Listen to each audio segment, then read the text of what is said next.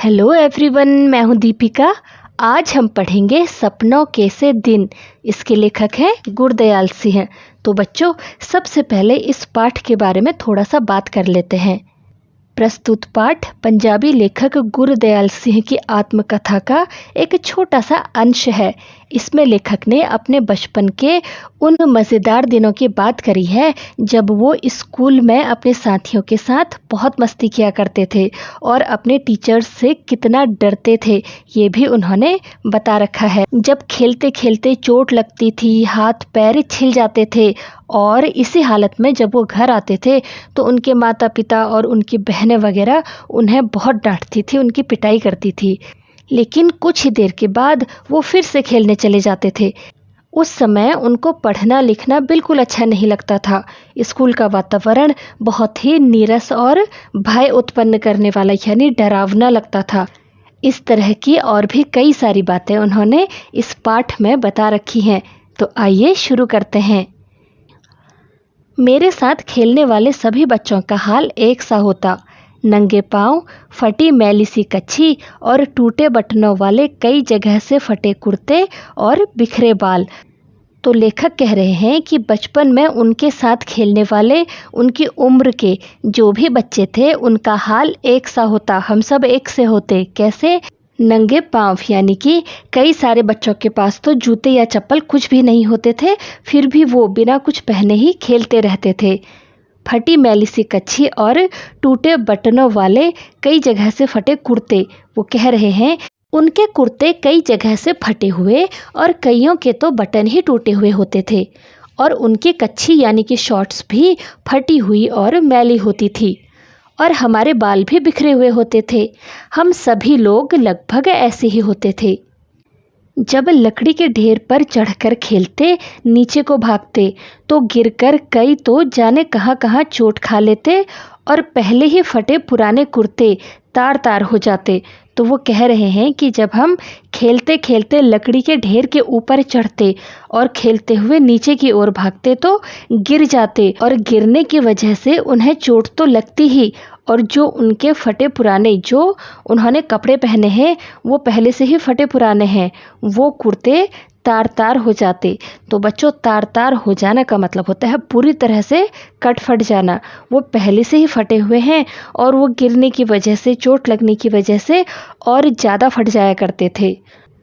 धूल भरे कई जगह से छिले पाँव, पिंडलियाँ या लहू के ऊपर जमी रेत मिट्टी से लथपथ घुटने लेकर जाते तो सभी की माँ बहनें उन पर तरस खाने की जगह और पिटाई करती। तो वो कह रहे हैं कि धूल भरे खेलते खेलते वो पूरी तरीके से धूल से लथपथ हो जाया करते थे और कई जगह से छिले पाँव, चोट लगने की वजह से उनके जो हाथ पाँव थे वो कई जगह से छिल जाते थे।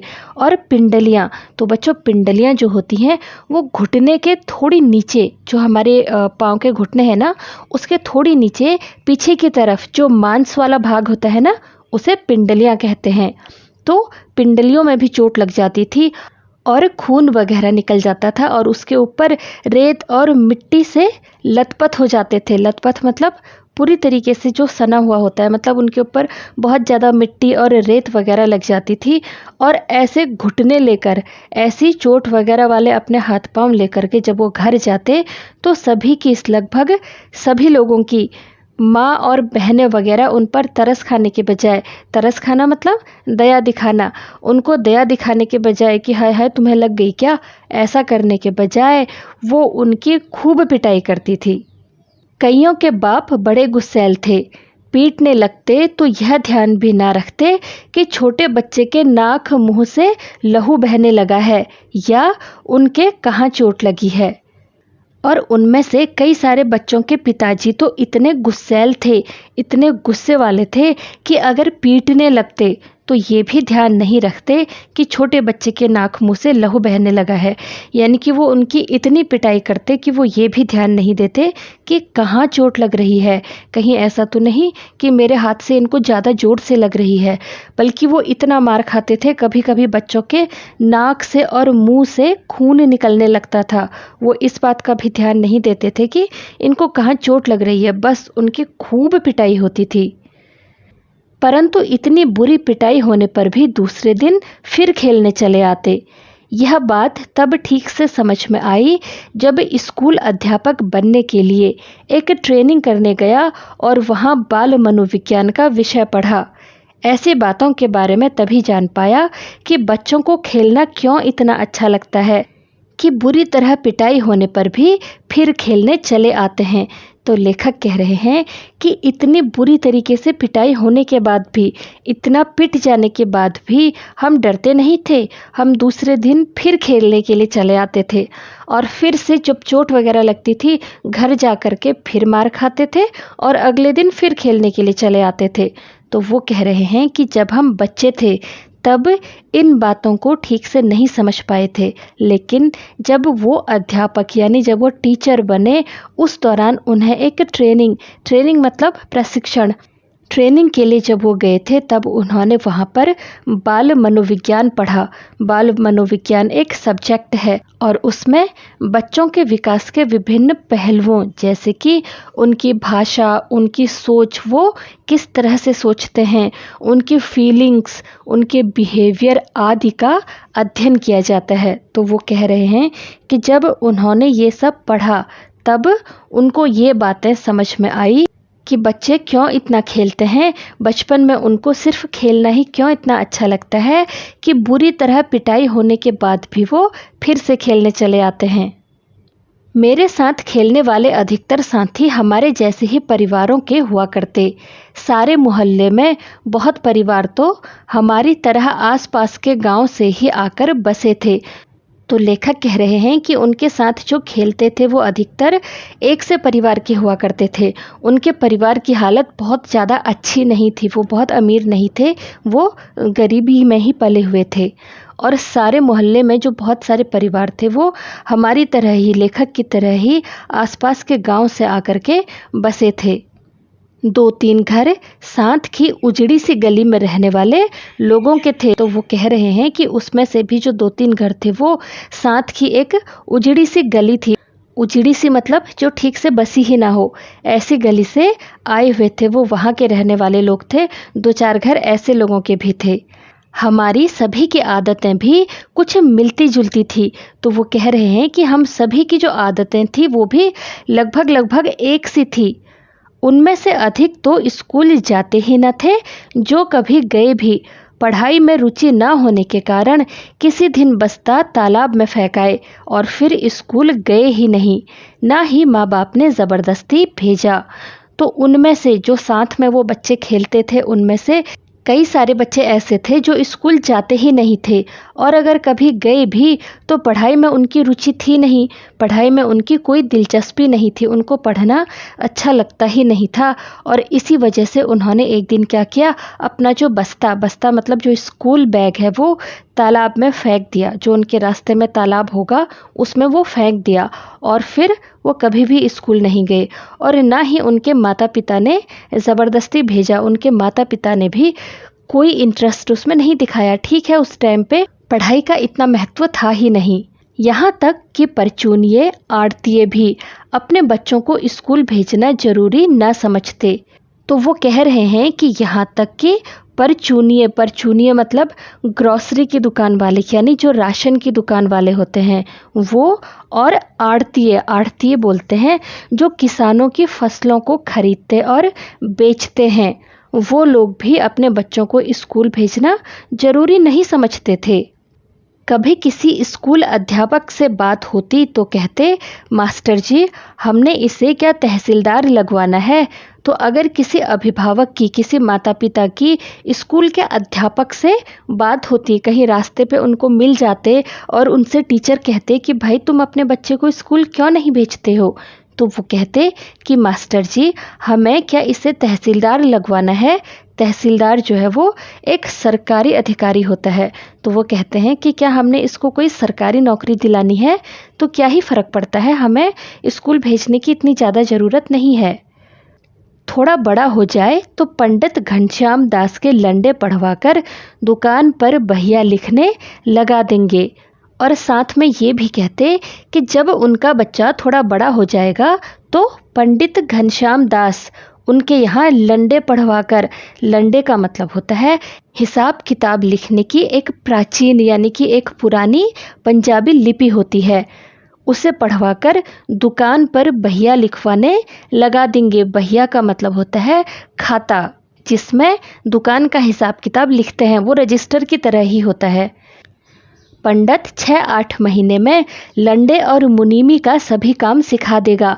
वहाँ तो अभी तक अलिफ बे जीम च भी सीख नहीं पाया, और वो कहते कि जो पंडित घनश्याम दास हैं वो 6 से 8 महीने के अंदर ही उन्हें लंडे और मुनीमी यानी कि हिसाब किताब रखने का जो सभी काम है वो सिखा देगा।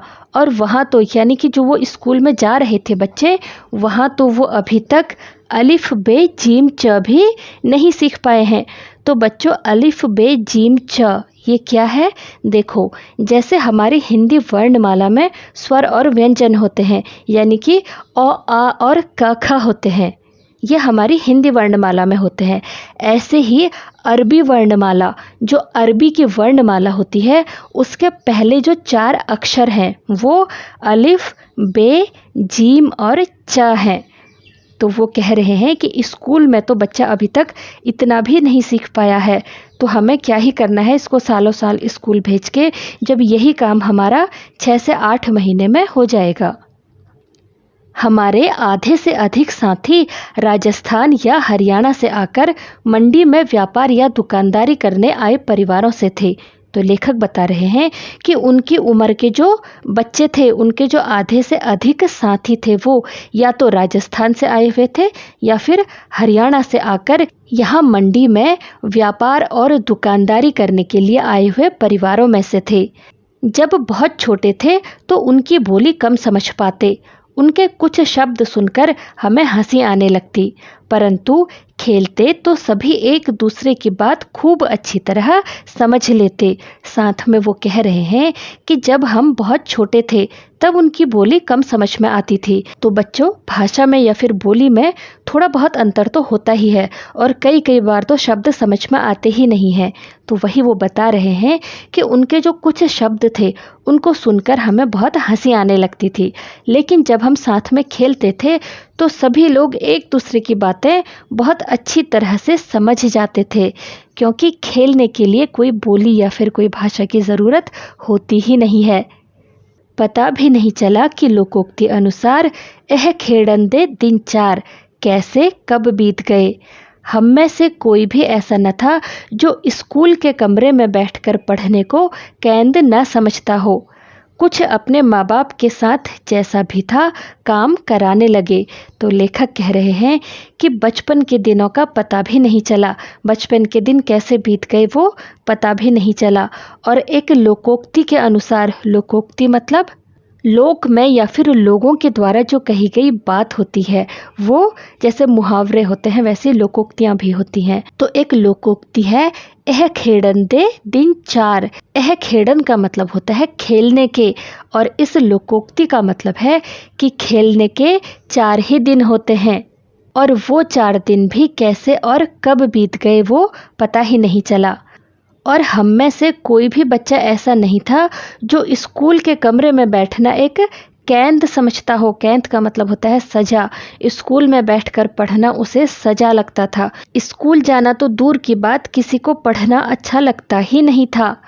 कुछ अपने माँ बाप के साथ तो कुछ बच्चे अपने माता पिता के साथ, जैसा भी था यानी कि वो जो भी काम करते थे उनके साथ काम कराने लगे, यानी उनके साथ काम करने लगे, उनका हाथ बटाने लगे। बचपन में घास अधिक हरी और फूलों की सुगंध अधिक मनमोहक लगती है। यह शब्द शायद आधी शती पहले किसी पुस्तक में पढ़े थे, परंतु आज तक याद हैं। याद रहने का कारण यही है कि यह वाक्य बचपन की भावनाओं, सोच समझ के अनुकूल होगा। तो वो कह रहे हैं कि उन्होंने कहीं पर ये पढ़ा था, किसी किताब में पढ़ा था कि बचपन में घास अधिक हरी और फूलों की सुगंध अधिक मनमोहक लगती है। इसका मतलब है कि बचपन में जो है घास वो ज़्यादा हरी भरी लगती है और फूलों की जो खुशबू है वो मन को लुभाने वाली होती है। मनमोहक मतलब मन को लुभाने वाली या आकर्षक। और ये शब्द शायद उन्होंने आधी शती पहले, आधी शती का मतलब होता है लगभग 50 साल पहले। बच्चों, एक शती 100 साल की होती है जिसे शताब्दी या फिर सेंचुरी भी कहते हैं, और आधी शती 50 साल के लगभग हो गई। तो जिस उम्र में वो अभी हैं उस हिसाब से वो अपने बचपन की बात कर रहे हैं। तो वो कह रहे हैं कि लगभग 50 साल से भी ज़्यादा समय हो गया, 50 साल पहले लगभग ये बात मैंने किसी पुस्तक में पढ़ी थी, परंतु आज तक याद है। क्यों? इसे याद रहने का कारण ये हो सकता है कि ये बचपन की भावनाओं और सोच समझ के अनुकूल हो, यानी बचपन में जो हमारी सोच थी, जो हमारी फीलिंग्स थी, उसके अनुकूल हो। अनुकूल मतलब उसके ही अनुसार हो। ये बात हमारे बचपन पर बिल्कुल ठीक बैठती थी क्योंकि हमने भी इसी तरह का टाइम निकाला था। परंतु स्कूल के अंदर जाने से रास्ते के दोनों ओर जो अलियार के बड़े ढंग से कटे छटे झाड़ उगे थे, जिन्हें हम डंडियाँ कहा करते, उनके नीम के पत्तों जैसे पत्तों की महक आज तक भी आंख मूंद कर महसूस कर सकता हूँ। लेखक कह रहे हैं कि स्कूल के अंदर, जो उनके स्कूल के अंदर जाने का रास्ता था, उसके दोनों ओर अलियार के बड़े कटे छटे ढंग से, यानी कि अलियार की जो झाड़ियाँ थी उनको अच्छे से माली ने उन्हें अच्छे से काट छांट रखा था, जिन्हें वो डंडियाँ कहा करते थे। उनके जो पत्ते थे उसमें नीम के पत्ते की जैसी खुशबू आती थी, और उस खुशबू को, महक मतलब उस खुशबू को आज भी वो आंख मूंद कर, यानी आंख बंद करके महसूस कर सकते हैं। उन दिनों स्कूल की छोटी क्यारियों में फूल भी कई तरह के उगाए जाते थे, जिनमें गुलाब, गेंदा और मोतिया की दूध सी सफ़ेद कलियां भी हुआ करती। ये कलियां इतनी सुंदर और खुशबूदार होती थी कि हम चंदू चपरासी से आंख बचाकर कभी कभार एक दो तोड़ लिया करते। तो लेखक कह रहे हैं कि उनके स्कूल में जो छोटी छोटी क्यारियां बनी हुई थी, तो बच्चों क्यारियां होती हैं जहाँ पर फूल और पौधे वगैरह लगाए जाते हैं, तो उन क्यारियों में कई तरह के फूल उगाए गए थे, जिनमें गुलाब, गेंदा और मोतिया की दूध सी सफ़ेद कलियां भी हुआ करती थी। कलियां बड होती हैं, जो फूल खिलने से पहले बंद फूल होता है ना, वही होती है। तो वो कह रहे हैं कि दूध सी सफ़ेद कलियां हुआ करती थी और वो इतनी सुंदर और खुशबूदार होती थी कि हम चंदू चपरासी, उनके स्कूल का जो चपरासी या फिर गार्ड था, उसका नाम था चंदू, उससे आंख बचाकर, यानी उससे छिपकर कभी कभार एक दो तोड़ लिया करते थे। उनकी बहुत तेज सुगंध आज भी महसूस कर पाता हूँ, परंतु यह याद नहीं कि उन्हें तोड़कर कुछ देर सूंघकर फिर क्या किया करते। शायद जेब में डाल लेते, माँ उसे धोने के समय निकालकर बाहर फेंक देती, या हम ही स्कूल से बाहर आते उन्हें बकरी के मेमनों की भांति चर जाया करते। तो वो कह रहे हैं कि चंदू चपरासी से छिप करके, उससे आंख बचाकर जो हम कलियां या फूल तोड़ लिया करते थे, उसकी खुशबू आज भी वो महसूस कर पाते हैं। जब वो उस दिन के बारे में या वो अपने बचपन के बारे में, उन फूलों के बारे में सोचते हैं, तो आज भी उनकी सोच में, उनकी इमेजिनेशन में वो खुशबू बसी हुई है। परंतु उनको ये याद नहीं है कि वो उन फूल और कलियों को तोड़ करके कुछ देर सूंघने के बाद फिर क्या किया करते थे। वो कह रहे हैं कि शायद हम उन्हें जेब में डाल लेते थे, और उन कपड़ों को धोते समय, जिस पैंट की जेब में उन्होंने डाला है, उसको धोते समय माँ शायद उसको बाहर निकाल करके फेंक देती होगी, या फिर ये भी हो सकता है कि स्कूल से बाहर आते समय, जब छुट्टी होती होगी तो स्कूल से बाहर आते समय वो ही उसे बकरी के मेमनों की भांति, बकरी के बच्चे को मेमना कहते हैं, तो बकरी के बच्चे की तरह हम ही उसे चर जाया करते। चरना मतलब खाना। जो बकरी घास खाती है तो उसे कहते हैं बकरी घास चर रही है। तो उन्होंने अपने आप को बकरी के बच्चों से, यानी मेमनों से जब कंपेयर किया है, तो खाने के लिए भी वो चर जाना शब्द ही इस्तेमाल कर रहे हैं। जब अगली श्रेणी में दाखिल होते तो एक और तो कुछ बड़े सयाने होने के एहसास से उत्साहित भी होते, परंतु दूसरी ओर नई पुरानी कॉपियों किताबों से जाने कैसी बास आती कि उन्हीं मास्टरों के डर से कांपने लगते जो पिछली श्रेणी में पढ़ा चुके होते। जब अगली श्रेणी यानी अगली क्लास में दाखिल यानी एडमिशन लेते तो एक और तो कुछ बड़े और सयाने मतलब कुछ समझदार होने का जो एहसास होता वो उन्हें उत्साहित करता, उन्हें बहुत खुश करता। लेकिन दूसरी ओर नई और पुरानी जो कॉपी किताबें हैं उनसे बहुत ज़्यादा बदबू आने लगती, उनको बास मतलब बदबू, उनको बहुत गंध आने लगती और उन्हीं मास्टरों से वो डर के मारे कांपने लगते जिनसे वो पिछली श्रेणी यानी जिनसे वो पिछली क्लास में पढ़ चुके होते। वो कह रहे हैं कि उन टीचर्स को हम पहले फेस कर चुके हैं, उनसे हम पहले पढ़ चुके हैं, लेकिन अगली क्लास में हमें उनसे फिर पढ़ना है। ये सोच करके हम बहुत ज़्यादा डर जाते। उस टाइम पर स्कूल में शुरू में कुछ महीने, कितना 1-1.5 महीना पढ़ाई हुआ करती थी और उसके बाद 1.5-2 महीने की छुट्टियां शुरू हो जाया करती थी। तो बच्चों अभी भी लगभग सभी स्कूलों में यही होता है कि साल के शुरू में यानी जैसे अप्रैल में स्कूल खुलता है ना, मतलब अगली क्लास शुरू होती है तो उसके बाद 1-1.5 महीना पढ़ाई होती है। तो अप्रैल और मिड मई तक का पढ़ाई होती है, उसके बाद फिर 1.5-2 महीने की छुट्टी हो जाया करती है। और यहाँ कितनी होती है, मिड मई से जून तक का, तो 1.5 महीना लगभग छुट्टी होती है और जुलाई से स्कूल शुरू होता है। मगर उस समय 1.5 से 2 महीने की छुट्टी हुआ करती थी, यही वो बता रहे हैं। अब अगर किसी बच्चे की स्कूल की टाइमिंग अलग है ना तो वो हमें कमेंट करके ज़रूर बताएगा, ठीक है। अब तक जो बात अच्छी तरह याद है वह छुट्टियों के पहले और आखिरी दिनों का फ़र्क था। तो लेखक कह रहे हैं कि जो बात उनको बहुत अच्छी तरह से याद है किससे, छुट्टियों से रिलेटेड, वो सिर्फ यही है कि छुट्टियों के जो पहले और आखिरी दिन हुआ करते थे यानी जब छुट्टियां शुरू हुआ करती थी उस समय के जो कुछ दिन थे और जब छुट्टियां ख़त्म होने वाली होती थी यानी जब छुट्टियां पूरी होने वाली होती थी और स्कूल खुलने वाला होता था, उन दिनों का अंतर याद है। और उन दिनों में क्या अंतर है, चलो देखते हैं। शुरू के जो 2-3 हफ्ते होते, छुट्टियां शुरू हो जाती उसके 2-3 हफ्ते तक तो वो खूब खेल कूद किया करते थे, खूब खेलते थे और लगभग हर साल ही वो अपनी माँ के साथ ननिहाल चले जाते। ननिहाल सबको पता है ना, जो नाना नानी का घर होता है, वो वहाँ चले जाया करते थे। वहाँ नानी खूब दूध दही मक्खन खिलाती और बहुत प्यार करती। छोटा सा पिछड़ा गांव था परंतु तालाब हमारी मंडी के तालाब जितना ही बड़ा था। वो कह रहे हैं कि वो वहाँ खूब दूध दही और मक्खन वगैरह खाते और उनकी नानी उनको बहुत प्यार करती थी। गांव बहुत छोटा सा ही था लेकिन वहाँ एक तालाब था जो कि उनकी मंडी के तालाब के बराबर ही बड़ा था। दोपहर तक तो उस तालाब में नहाते, फिर नानी से जो जी में आता मांग कर खाने लगते। नानी हमारी बोलने के ढंग या कम खाने के कारण बहुत खुश होती और अपने पोतों को हमारी तरह बोलने और खाने पीने को कहती। वो कह रहे हैं कि दोपहर यानी दिन तक तो वो उस तालाब में नहाते और खूब मज़े करते और उसके बाद नानी से जो भी उनका खाने का मन करता, जो जी में आता मतलब जो भी उनका मन करता, वो उनसे मांगते और खाने लगते थे।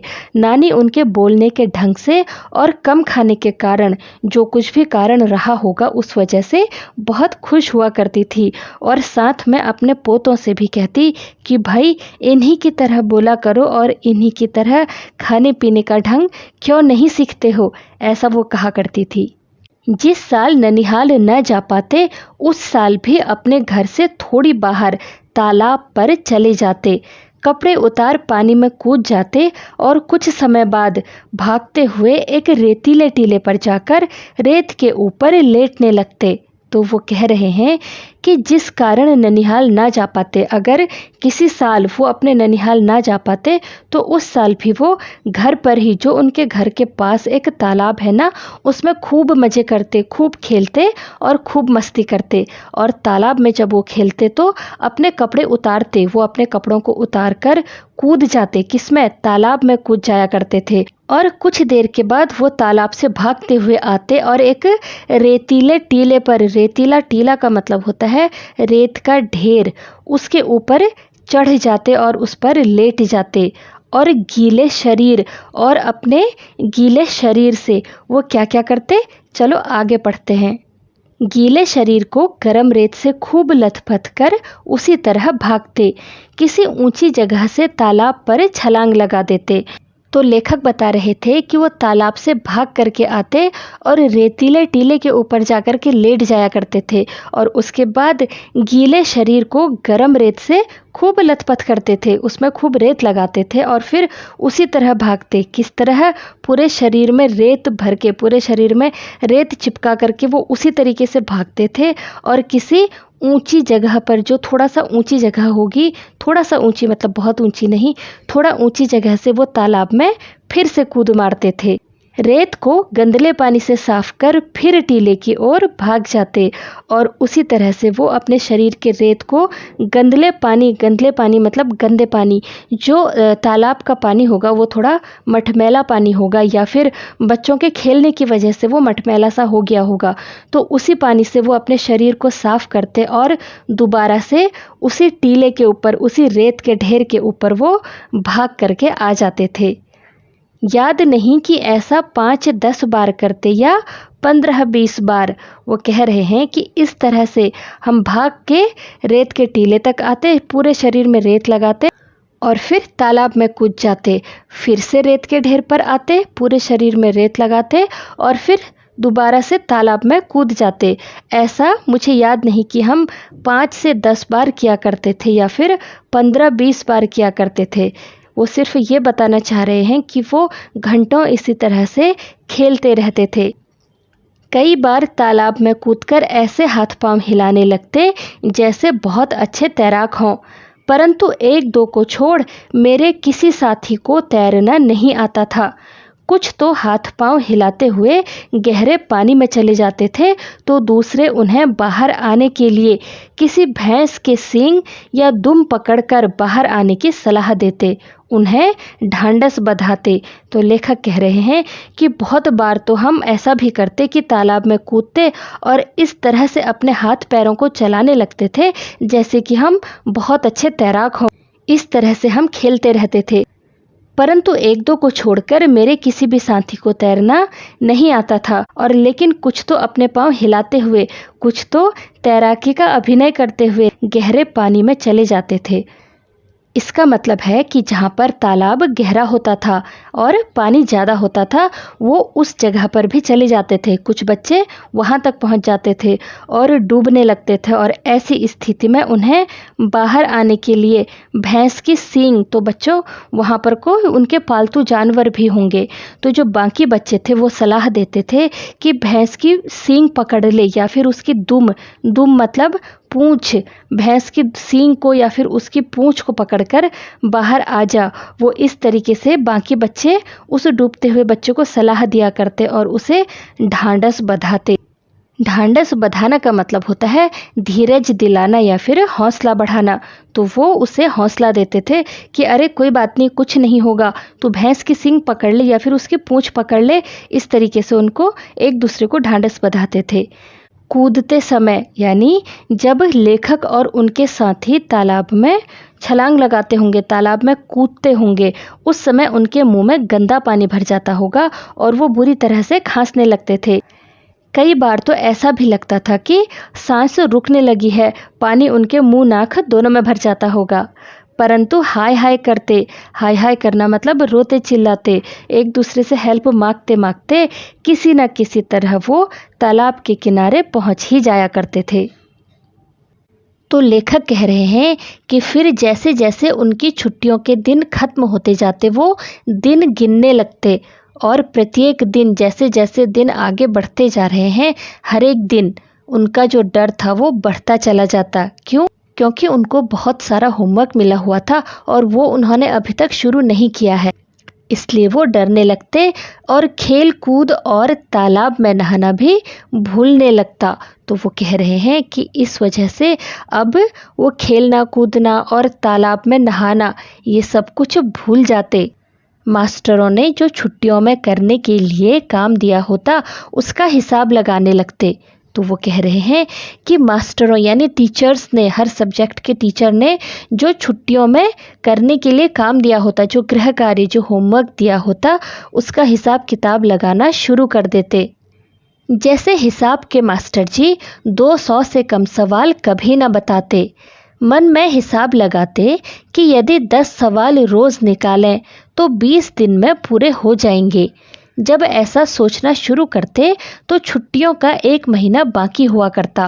तो वो कह रहे हैं कि जैसे हिसाब के मास्टर जी यानी मैथ्स के, हिसाब का मतलब होता है मैथ्स, जैसे गणित के जो मास्टर जी हैं, गणित के जो टीचर हैं, वो 200 से कम सवाल कभी नहीं देते थे। वो होमवर्क में कम से कम 200 सवाल देते थे। सवाल का मतलब होता है क्वेश्चन या फिर प्रश्न। तो उन्होंने कितने दिए हैं, मैथ्स के टीचर ने कितने दिए हैं? 200 क्वेश्चन दिए हैं।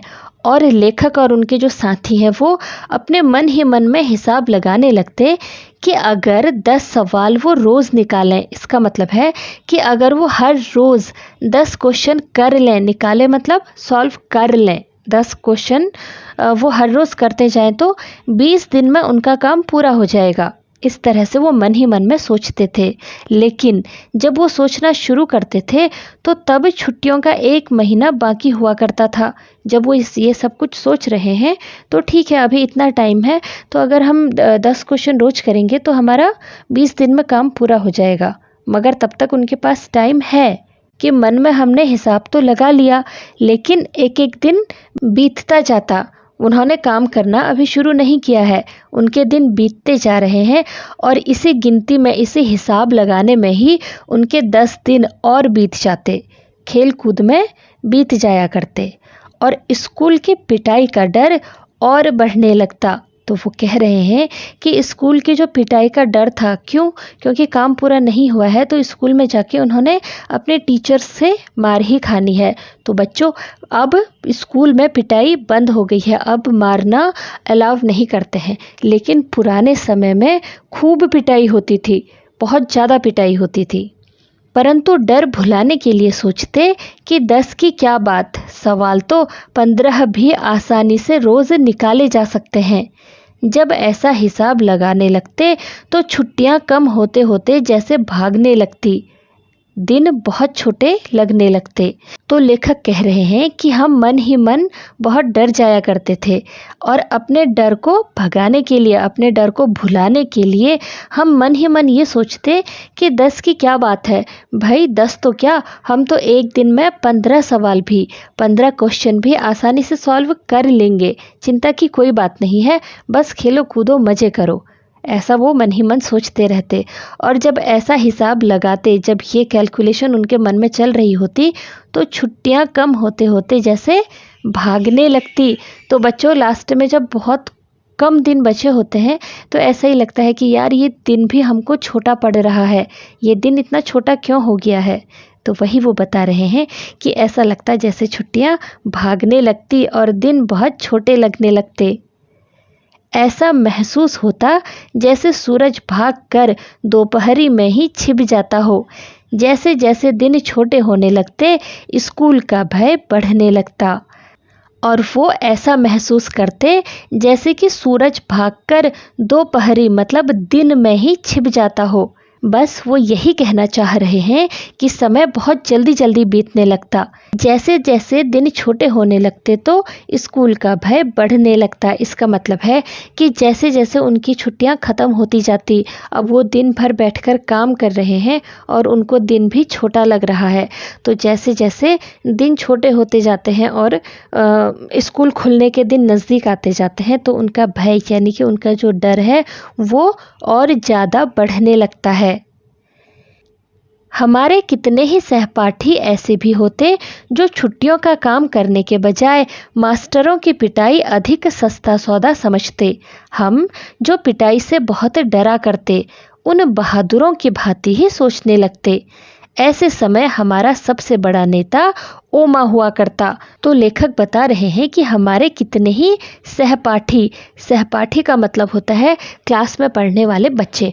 तो लेखक के अलावा क्लास में उनके जितने भी बच्चे पढ़ते थे, उनमें से कई सारे बच्चे ऐसे होते थे जो छुट्टियों का काम करने के बजाय, यानी वो छुट्टियों में अपना होमवर्क वगैरह करना पसंद नहीं करते थे। इससे अच्छा तो वो टीचर से मार ही खा लें।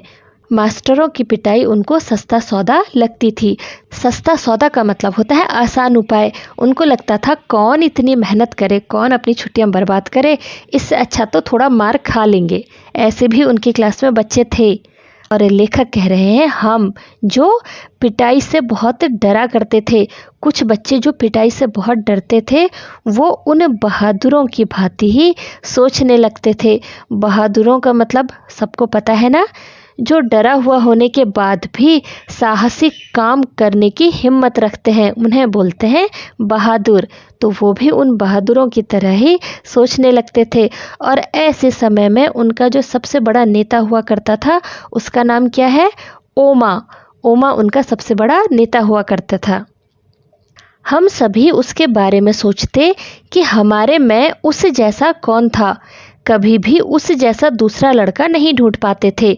तो वो बता रहे हैं कि हम सभी उसके बारे में सोचते। जब ओमा के बारे में हम सब लोग सोचते, तो ये भी सोचते कि हम में से जो हम दोस्त हैं, हम सब जो फ्रेंड्स हैं, हम में से उसकी तरह बहादुर और कौन है।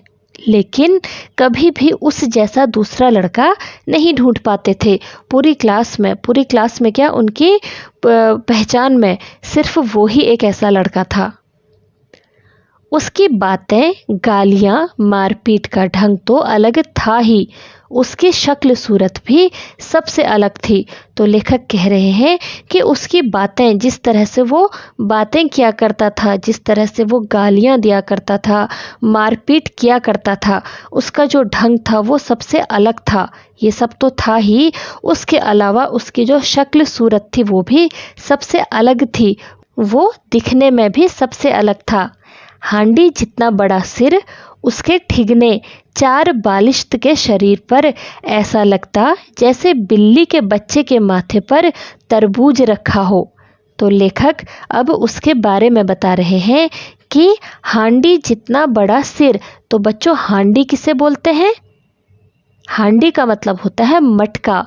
तो वो कह रहे हैं कि उसका जो सिर था वो मटके की तरह था, बड़ा सा था और मटके की तरह था। और उसके ठिगने, ठिगने का मतलब होता है छोटे कद का। उसका कद, उसकी हाइट जो थी वो कम थी। उसके ठिगने 4 बालिश्त के। बच्चों, बालिश्त का मतलब होता है हथेली से की जाने वाली नाप, जिसे बित्ता भी कहते हैं। उसमें क्या करते हैं, अपने हाथ को फैलाते हैं और जो लिटिल फिंगर होती है उससे थंब तक का इतने को नापते हैं। तो वो कह रहे हैं कि वो सिर्फ 4 बालिश्त का ही उसका शरीर था, और उस पर जो उसका बड़ा सा सिर था वो हांडी की तरह था। और उसे देखकर ऐसा लगता था जैसे बिल्ली के बच्चे के माथे पर तरबूज रखा हो। इतने बड़े सिर में नारियल की सी आँखों वाला, बंदरिया के बच्चे जैसा चेहरा और भी अजीब लगता। तो वो कह रहे हैं कि उसका कद छोटा था, उसकी जो हाइट थी वो कम थी और सिर बड़ा था। और इतने बड़े सिर पर नारियल की सी आँखों वाला, नारियल की जैसी आँखों वाला, बंदरिया के बच्चे जैसा चेहरा। और उसका चेहरा कैसा था? बंदरिया के बच्चे के जैसा चेहरा था, जो कि बहुत अजीब लगता था। लड़ाई वह हाथ पांव नहीं, सिर से किया करता।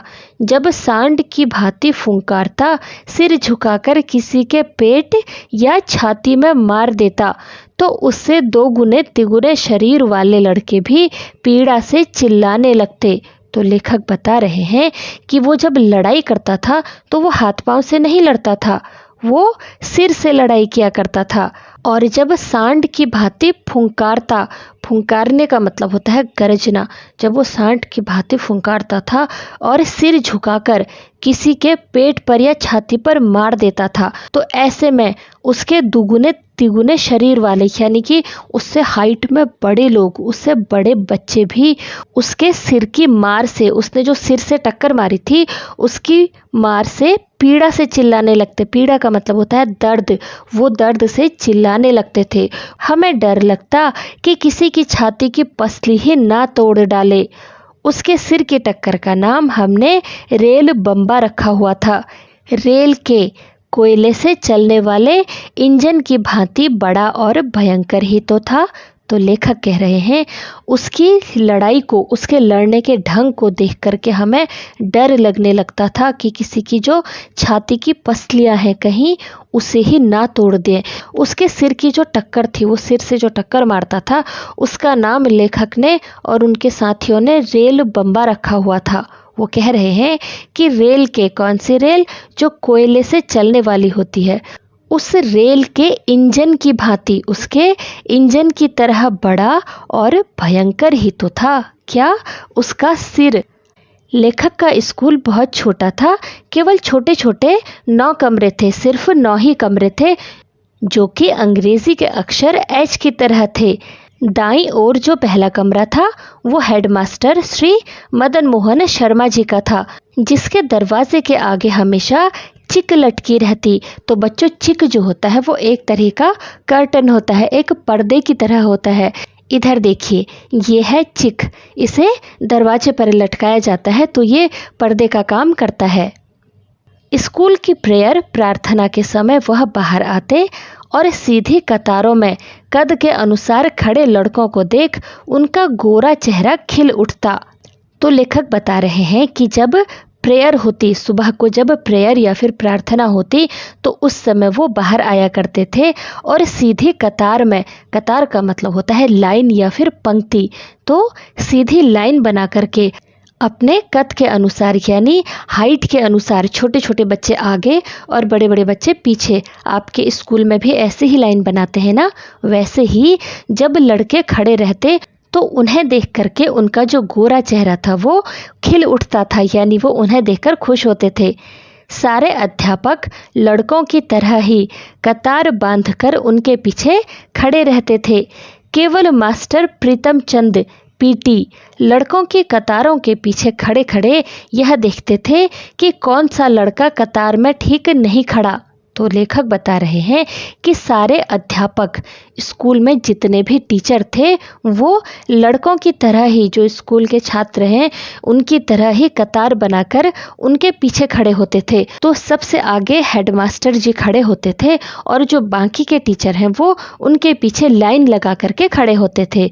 केवल मास्टर प्रीतम चंद जो पीटी के टीचर हैं, यानी जो खेल कूद के टीचर हैं, वो लड़कों की कतारों, जो लड़कों ने लाइन बना रखी, उनके पीछे खड़े खड़े यह देखते थे, लाइनों के पीछे जाते थे और खड़े होकर के ये देखते थे कि कौन सा लड़का पंक्ति में, कतार का मतलब पंक्ति या लाइन में ठीक से खड़ा नहीं है। वो ये देखते कि कौन लाइन खराब कर रहा है। उनकी घुड़की तथा ठुड्डों के भय से हम सभी कतार के पहले और आखिरी लड़के का ध्यान रखते सीधे कतार में बने रहने का प्रयत्न करते। तो लेखक कह रहे हैं कि उनकी घुड़की और ठुड्डों, घुड़की का मतलब होता है धमकी भरी डांट, जो वो बहुत जोर से डांटते, और ठुड्डों का मतलब होता है पैर की नोक से चोट मारना। वो अगर कोई लाइन में ठीक से खड़ा नहीं था तो हो सकता है उसे जोर से डांटते हों या फिर अपने पाँव से उसके पाँव के पीछे की तरफ से उसको जोर से मारते हों। और ठुड्डों का मतलब होता है पैर की नोक से की गई चोट। तो उनकी डांट या फिर उनके पैर से जो वो जोर से मारते होंगे, उसके भय से, उसके डर से लेखक और उनके जो सभी साथी थे वो क्या करते थे कि एक कतार में बने रहने के लिए वो लाइन के सबसे पहले वाले बच्चे को और सबसे आखिरी यानी सबसे लास्ट वाला जो लड़का था उसको ध्यान में रखते थे और सीधे कतार में बने रहने का प्रयत्न करते। सीधी कतार के साथ साथ हमें यह ध्यान भी रखना होता था कि आगे पीछे खड़े लड़कों के बीच की दूरी भी एक सी हो। तो वो कह रहे हैं कि हम सीधी लाइन का ध्यान तो रखते थे और साथ ही इस बात पर भी ध्यान रखना होता था कि जो आगे पीछे लड़के हैं यानी दो लड़कों की जो बीच की दूरी है वो भी एक समान हो, वो भी बराबर हो। इस बात का भी हमें पूरा ध्यान रखना पड़ता था। सभी लड़के उस पीटी से बहुत डरते थे क्योंकि उन जितना सख्त अध्यापक ना कभी किसी ने देखा ना सुना था। तो सारे बच्चे, स्कूल के सारे ही बच्चे उन पीटी से बहुत डरते थे। उन पीटी टीचर कौन है? प्रीतम चंद। उनसे बहुत ज़्यादा डरा करते थे क्योंकि उनके जितना सख्त मतलब उनकी तरह कठोर अध्यापक ना तो किसी ने देखा था और ना ही सुना था। अपने स्कूल में तो क्या, उन्होंने सुना तक नहीं था कि इतना स्ट्रिक्ट टीचर भी कोई होता है।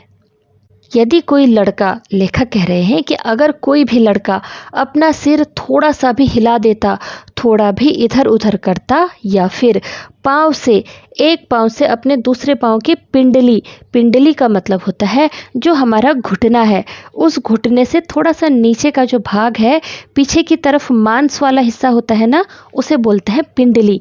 तो एक पाँव से अगर वो अपनी पिंडली को भी खुजलाने लगता ना, तो वो उसकी ओर बाघ की तरह झपट पड़ते और खाल खींचने के मुहावरे को प्रत्यक्ष करके दिखला देते। तो बच्चों, खाल खींचने का मतलब होता है बुरी तरह से पिटाई करना। बाघ का मतलब सबको पता है ना, टाइगर। तो वो बाघ की तरह, एक जंगली जानवर जैसे अपने शिकार पर झपटता है ना, बाघ आपने मूवी वगैरह में या फिर डिस्कवरी चैनल पे देखा होगा, जैसे बाघ या शेर अपने शिकार पर झपटते हैं, वैसे ही वो पीटी उस लड़के की तरफ झपटता और उसको बहुत बुरी तरीके से डांटता। तो जिसने भी ये मुहावरा बनाया होगा खाल खींचना, तो जो पीटी टीचर है ना, वो उसे करके दिखा देते थे। प्रत्यक्ष करके दिखाना मतलब सामने करके दिखा देना। परंतु हेडमास्टर शर्मा जी उनके बिल्कुल उलट स्वभाव के थे। तो बच्चों, जैसा कि लेखक बता रहे थे कि जो मास्टर प्रीतम चंद थे, कौन?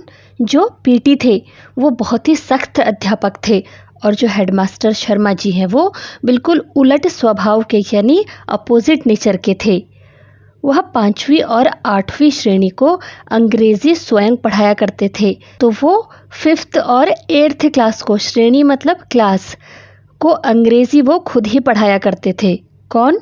जो शर्मा जी हैं, हेडमास्टर साहब। हमारे में से किसी को भी याद न था कि 5वीं श्रेणी में कभी भी उन्हें किसी गलती के कारण किसी की चमड़ी उधेड़ते देखा या सुना हो।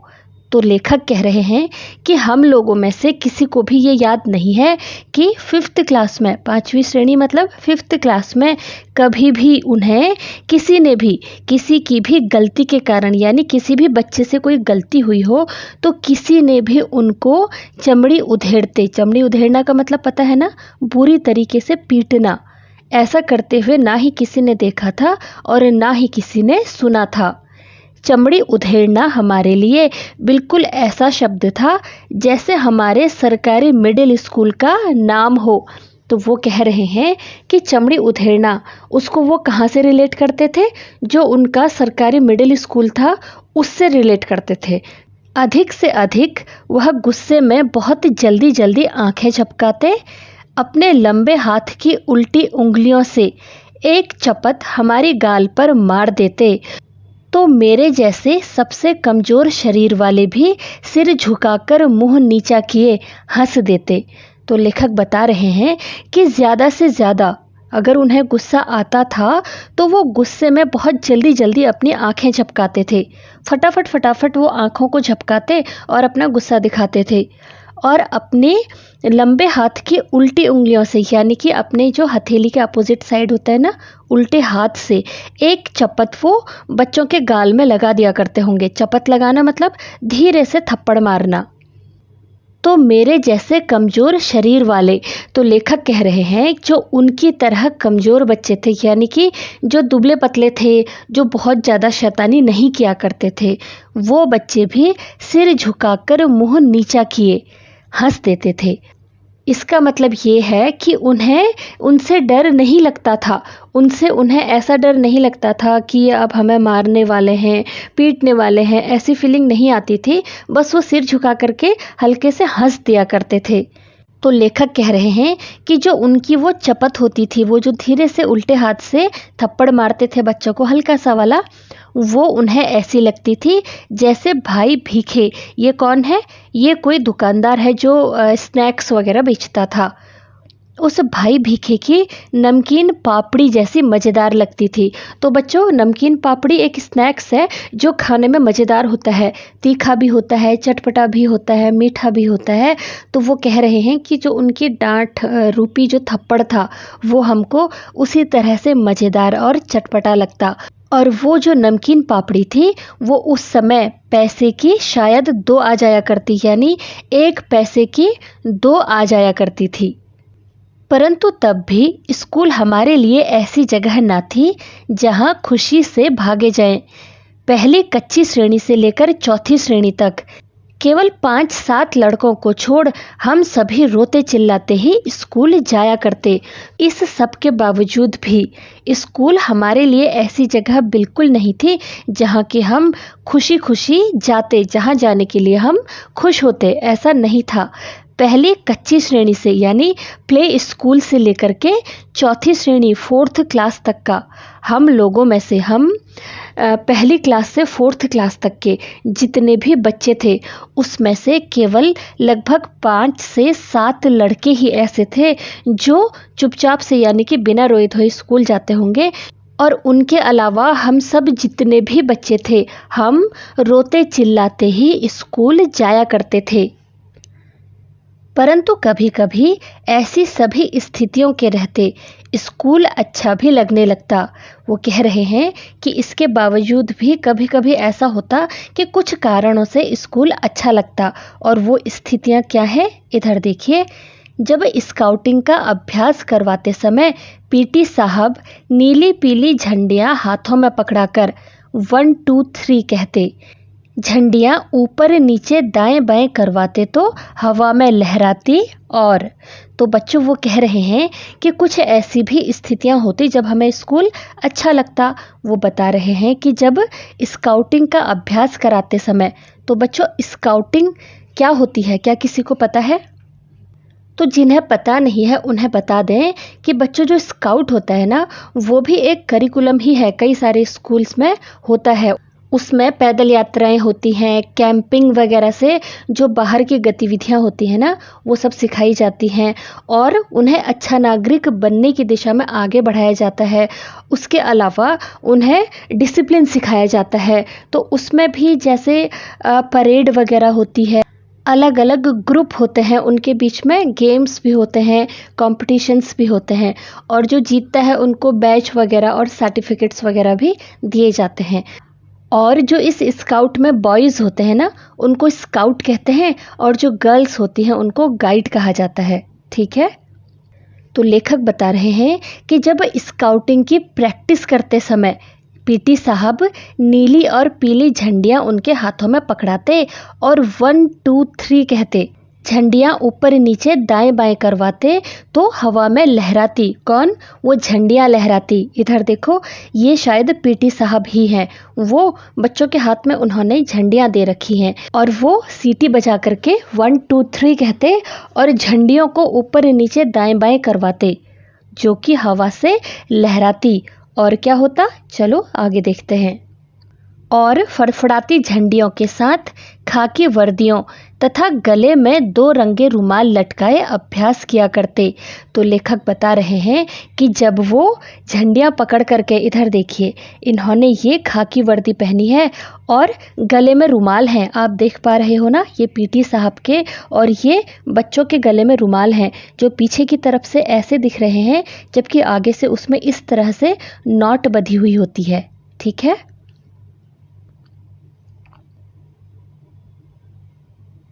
और ये रुमाल कलरफुल होते।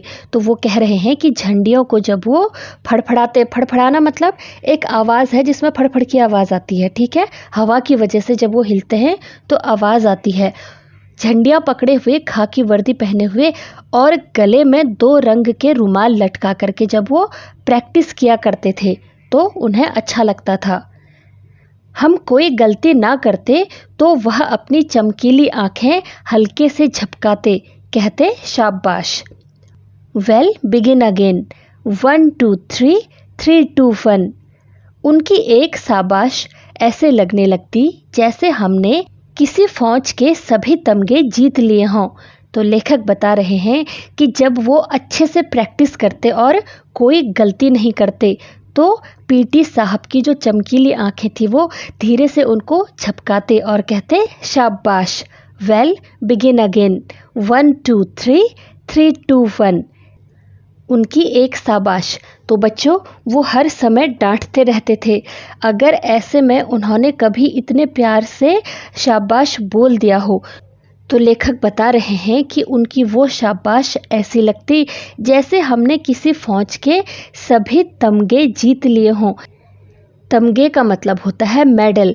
तो वो कह रहे हैं उनकी शाबाश सुनकर ऐसा लगता था जैसे कि हम आर्मी में हों और हमने मेडल जीत लिए हों, सारे के सारे मेडल जीत लिए हों, ऐसी फीलिंग आती थी।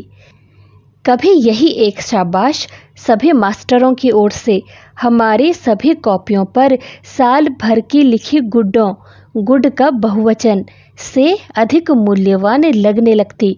तो लेखक कह रहे हैं कि पूरे साल भर में अलग अलग सब्जेक्ट के जो टीचर थे उन्होंने हमारी कॉपीज़ में जो गुड लिखे हुए थे, गुड्डों का मतलब है गुड का बहुवचन, यानी एक से ज़्यादा गुड जब लिखे हैं तो उन्होंने उसे गुड्डों बोला है। ठीक है, तो जो उनकी एक शाबाश थी किसकी, पीटी मास्टर की, वो सारे के सारे जो सब्जेक्ट टीचर थे उनकी पूरे साल भर में उन्होंने जितने भी कॉपीज़ में गुड लिखे हुए हैं उससे अधिक मूल्यवान लगने लगती थी, यानी कि उससे कहीं ज़्यादा मूल्यवान लगती थी, बहुत ज़्यादा कीमती लगने लगती थी। क्या, पीटी सर की सिर्फ एक शाबाश।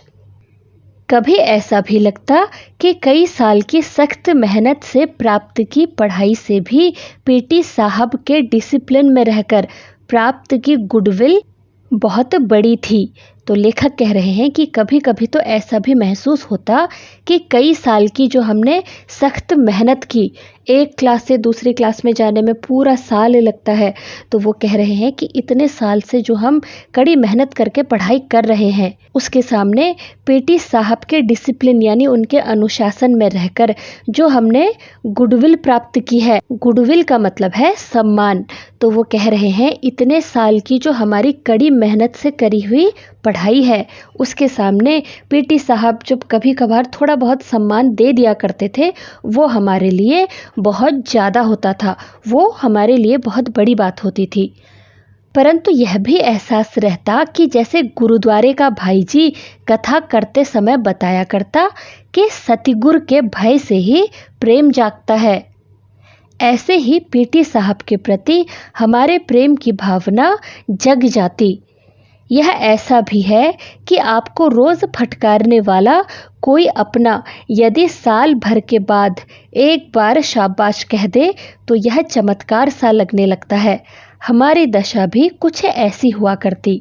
तो लेखक कह रहे हैं कि हमें ये भी पता था, हमें इस बात का भी एहसास था, जैसा कि गुरुद्वारे का जो भाई जी है, कौन, जो वहाँ पर कथा सुनाता है, जैसे मंदिर में पंडित जी होते हैं ना, वैसे ही गुरुद्वारे का जो, यूँ समझो कि गुरुद्वारे के जो पंडित जी होते हैं, ठीक है, वो बताया करते थे, कब, कथा करते समय वो बताया करते थे कि सतगुरु, सतगुरु मतलब सदगुरु, सदगुरु के भय से ही प्रेम जागता है।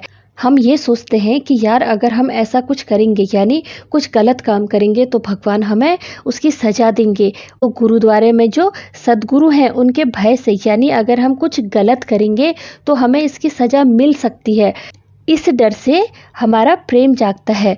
और ऐसे ही पीटी साहब के प्रति भी हमारे प्रेम की भावना जग जाती थी। क्यों? क्योंकि अगर बच्चे कुछ भी गलत करते थे तो वो उन्हें उसकी सज़ा देते थे। दंड देते थे, है ना। इसीलिए पीटी साहब के प्रति भी उनके जो हृदय में प्रेम की भावना जागती थी, उसका कारण भी यही था। और वो कह रहे हैं कि इसको इस तरह से भी समझा जाए कि रोज़ फटकारने वाले, यानी जो रोज़ डांटते हैं, सजा देते हैं, अगर वो साल भर में किसी दिन आपको शाबाश कह दें तो ये एक चमत्कार जैसा ही लगता था। और हमारी दशा भी कुछ ऐसी ही थी कि पूरे साल तो हम या तो डांट खाते या फिर मार खाया करते थे, और कभी एक बार या दो बार उनके मुंह से शाबाश निकल जाता था, और इसीलिए शायद उनके इस शाबाश की वैल्यू इतनी ज़्यादा थी। हर वर्ष अगली श्रेणी में प्रवेश करते समय मुझे पुरानी पुस्तकें मिला करती। तो लेखक बता रहे हैं कि हर साल ही, जैसे वो उन्होंने एक क्लास पास करी ना, तो अगली क्लास में, श्रेणी मतलब क्लास, अगली क्लास में जाने पर उनको पुरानी किताबें मिला करती थी। हमारे हेड मास्टर शर्मा जी एक लड़के को उसके घर जाकर पढ़ाया करते थे। वे धनाढ्य लोग थे। धनाढ्य का मतलब होता है धनी लोग, जो धनवान लोग होते थे। उनका लड़का मुझसे 1-2 साल बड़ा होने के कारण मेरे से एक श्रेणी आगे रहा, तो वो जिस बच्चे को पढ़ाने जाते थे वो लेखक से 2-1 साल ही बड़ा था, और इस वजह से वो लेखक से सिर्फ एक श्रेणी यानी सिर्फ एक क्लास ही आगे रहता था। हर साल अप्रैल में जब पढ़ाई का नया साल आरंभ होता तो शर्मा जी उसकी 1 साल पुरानी पुस्तकें ले आते। तो जो शर्मा जी हैं वो उस बच्चे को, जिसको वो ट्यूशन पढ़ाया करते थे, उसकी पुरानी किताबें, वो अगली क्लास में जाता तो उसकी पुरानी किताबें ला करके वो लेखक को दे दिया करते थे। हमारे घर में किसी को भी पढ़ाई में कोई दिलचस्पी नहीं थी। यदि नई किताबें लेनी पड़ती जो तब 1-2 रुपये में आ जाया करती, तो शायद इसी बहाने पढ़ाई तीसरी चौथी श्रेणी में ही छूट जाती। तो लेखक कह रहे हैं कि वो उन पुरानी किताबों से पढ़ा करते थे। कौन सी? जो शर्मा जी ला करके दे दिया करते थे। और उनके घर में किसी को भी पढ़ाई में कोई दिलचस्पी नहीं थी। दिलचस्पी का मतलब पता है ना, कोई इंटरेस्ट नहीं था, उन्हें कोई मतलब नहीं था पढ़ाई से, क्योंकि वो टाइम ही ऐसा था जब पढ़ाई की बहुत ज़्यादा वैल्यू नहीं थी। और अगर नई किताबें खरीदनी पड़ती, जो कि उस समय 1-2 रुपये में आ जाया करती थी, तो अगर उनके परिवार वालों को नई किताबें लेनी पड़ती तो शायद इसी बहाने, किस बहाने कि नई किताबें खरीदनी है भाई, 1-2 रुपया कौन बर्बाद करे, वो भी किताबों के ऊपर। इसी बहाने जो लेखक की पढ़ाई थी वो तीसरी चौथी श्रेणी यानी थर्ड या फिर जब वो 4th क्लास में थे तभी छूट गई होती। कोई 7 साल स्कूल में रहा तो एक कारण पुरानी किताबें मिल जाना भी था। तो वो कह रहे हैं कि अगर कोई 7 साल तक स्कूल में पढ़ रहा है तो उसका जो एक कारण था वो पुरानी किताबें मिल जाना था। जिनको पुरानी किताबें मिल जाया करती थी ना, वही अपनी पढ़ाई कंटिन्यू कर पाते थे, या सिर्फ वही लोग जो धनी व्यक्ति थे। सिर्फ 2 ही तरह के लोग उस समय पढ़ाई कर पाते थे। कॉपियों, पेंसिलों, होल्डर या स्याही दवात में भी मुश्किल से 1-2 रुपये साल भर में खर्च हुआ करते, परंतु उस ज़माने में 1 रुपया भी बहुत बड़ी रकम हुआ करती थी। तो बच्चों, लेखक बता रहे हैं कि उस समय जो स्टेशनरी थी उसमें क्या क्या था, कॉपियाँ हो गई, पेंसिल, होल्डर। बच्चों, होल्डर क्या होता है? लकड़ी की एक कलम होती थी। कलम माने मतलब लकड़ी को छिल करके उसका जो एक साइड था उसको बहुत शार्प किया जाता था, और फिर उसको इंक में, स्याही दवात मतलब इंक पॉट, उसको इंक में डुबा करके उससे लिखा जाता था। तो यूँ समझो कि लकड़ी की एक वो पेन होती थी, लकड़ी की कलम होती थी, जिसमें इंक फिल नहीं कर सकते थे, इंक में उसको बार बार डिप करना पड़ता था और लिखते थे उससे। तो इस सब में मुश्किल से पूरे साल भर में केवल 1-2 रुपये ही खर्च होते थे, ऐसा लेखक बता रहे हैं। लेकिन साथ ही ये भी बता रहे हैं कि उस ज़माने में, यानी उस समय, जो 1 या 2 रुपया होता था ना, वो बहुत बड़ी रकम हुआ करता था। रकम का मतलब सबको पता है ना, संपत्ति या फिर दौलत। तो लेखक बता रहे हैं कि 1 या 2 रुपया भी उस समय बहुत बड़ी दौलत हुआ करता था। 1 रुपये में 1 सेर घी आया करता, और 2 रुपये की 1 मन यानी 40 सेर गंदम। इसी कारण खाते पीते घरों के लड़के ही स्कूल जाया करते। हमारे 2 परिवारों में मैं पहला लड़का था जो स्कूल जाने लगा था। अच्छा बच्चों, क्या शेर का मतलब किसी को पता है? देखो, आजकल कोई चीज़ कैसे तोली जाती है? ग्राम में, किलोग्राम में, है ना? लेकिन पुराने समय में जो तोलने की इकाई होती थी वो शेर थी। और शेर कितना होता था? 1 किलो से थोड़ा सा कम होता था, लगभग 933 ग्राम, यानी 933 ग्राम्स। ठीक है, अप्रॉक्स इतना होता था एक शेर। तो वो कह रहे हैं कि उस समय 1 रुपये में 1 शेर घी आ जाया करता था, यानी 1 किलो से थोड़ा सा कम घी 1 रुपये में आ जाया करता था। और 2 रुपये में तो 1 मन। 1 मन कितना है? 40 शेर। 1 शेर कितना था? 1 किलो से बस थोड़ा ही कम। तो 40 शेर कितना हो जाएगा बच्चों? लगभग 37-38 किलो के बराबर, यानी 37 या फिर 38 केजी के बीच में, लगभग इतना 40 शेर हो जाता था। तो उस समय 2 रुपये में 40 शेर गंदम आ जाती थी। अब गंदम क्या होता है?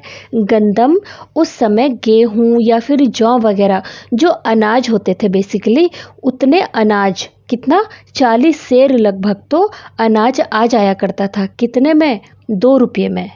और इसी कारण, और यही कारण था कि खाते पीते घर के लोग, यानी जो अमीर घर के लोग थे, जो रुपये पैसे वाले घर के लोग थे, उनके लड़के ही स्कूल जाया करते थे। और हमारे 2 परिवारों में, लेखक के 2 परिवारों में, लेखक पहले लड़के थे जो स्कूल जाने लगे थे।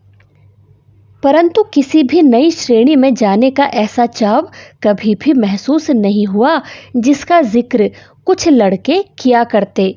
तो लेखक कह रहे हैं, इस सब के बावजूद नई श्रेणी में, यानी नई क्लास में, अगली क्लास में जब भी वो जाते तो ऐसा चाव, चाव का मतलब होता है शौक या फिर इच्छा, ऐसी इच्छा उनको कभी भी महसूस नहीं हुई जैसा कि कुछ लड़के जिसका जिक्र किया करते। जिक्र मतलब चर्चा करना, उल्लेख करना या बातें करना।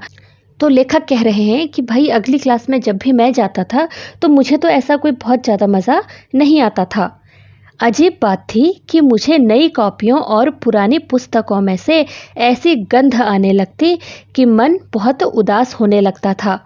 नई कॉपियों और पुरानी पुस्तकों, किताबें तो उन्हें पुरानी मिल जाया करती थी ना, कॉपी उनके लिए खरीदी जाती होंगी। तो उन नई कॉपी और किताबों, पुरानी किताबों में से ऐसी गंध, गंध मतलब उनको दुर्गंध यानी स्मेल आने लगती थी जिससे कि उनका मन बहुत उदास हो जाया करता था। उनको बिल्कुल अच्छा नहीं लगता था। नई क्लास में जाने की एक्साइटमेंट उन्हें बिल्कुल भी नहीं होती थी।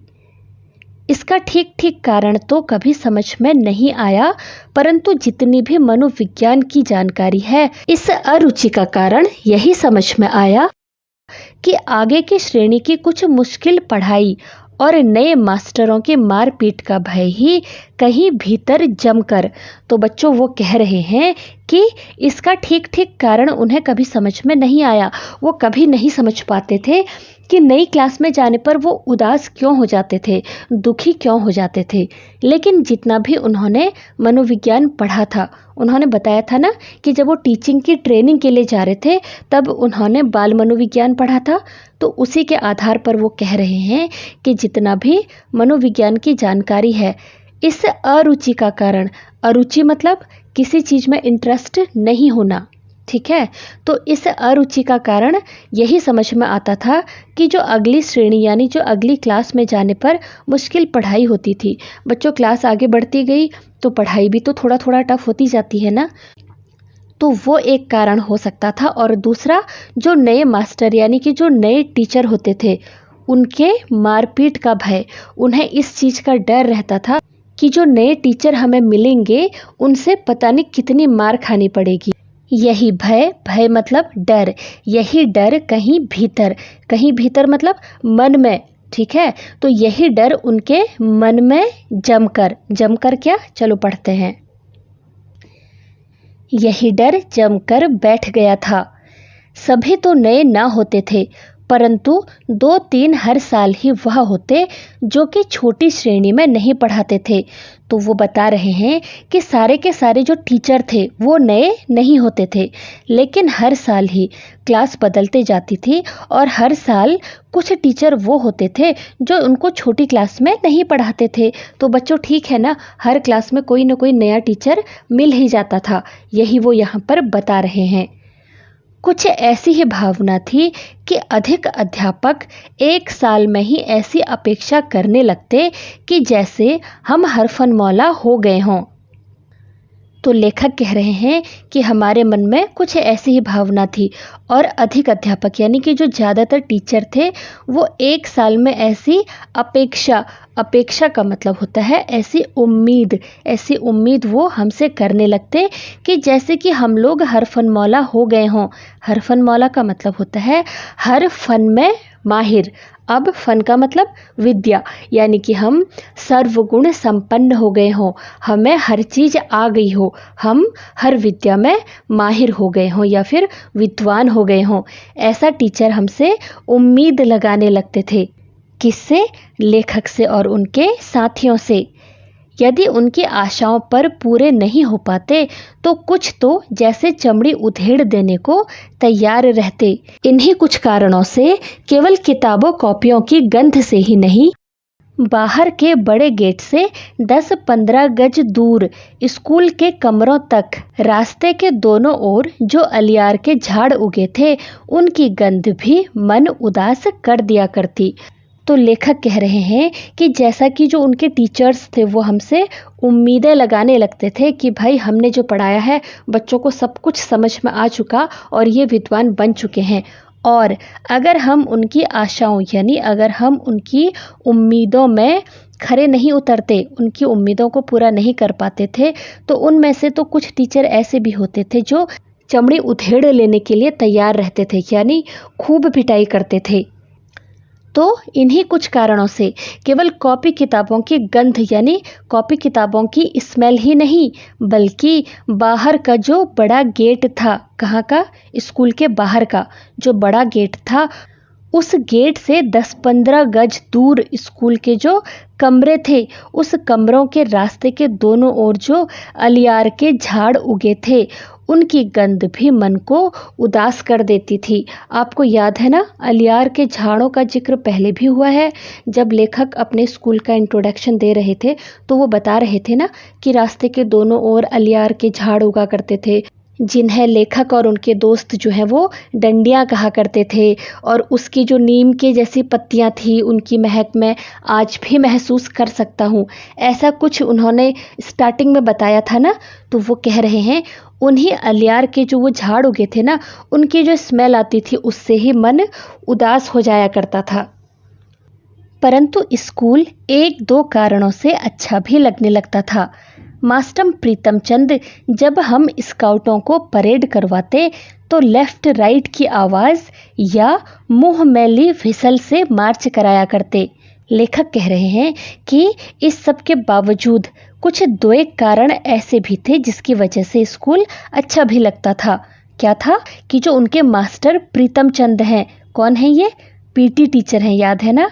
वो जब उनको स्काउट की परेड करवाते थे तो लेफ्ट राइट की आवाज़ या मुंह मैली व्हिसल से मार्च कराया करते थे। परेड सबको पता है ना, कदम ताल जो होती है। तो स्काउट की जो प्रैक्टिस होती थी उस टाइम पे वो उनको मार्च कराया करते थे। मार्च कराना मतलब परेड कराते हुए आगे बढ़ाना, ठीक है?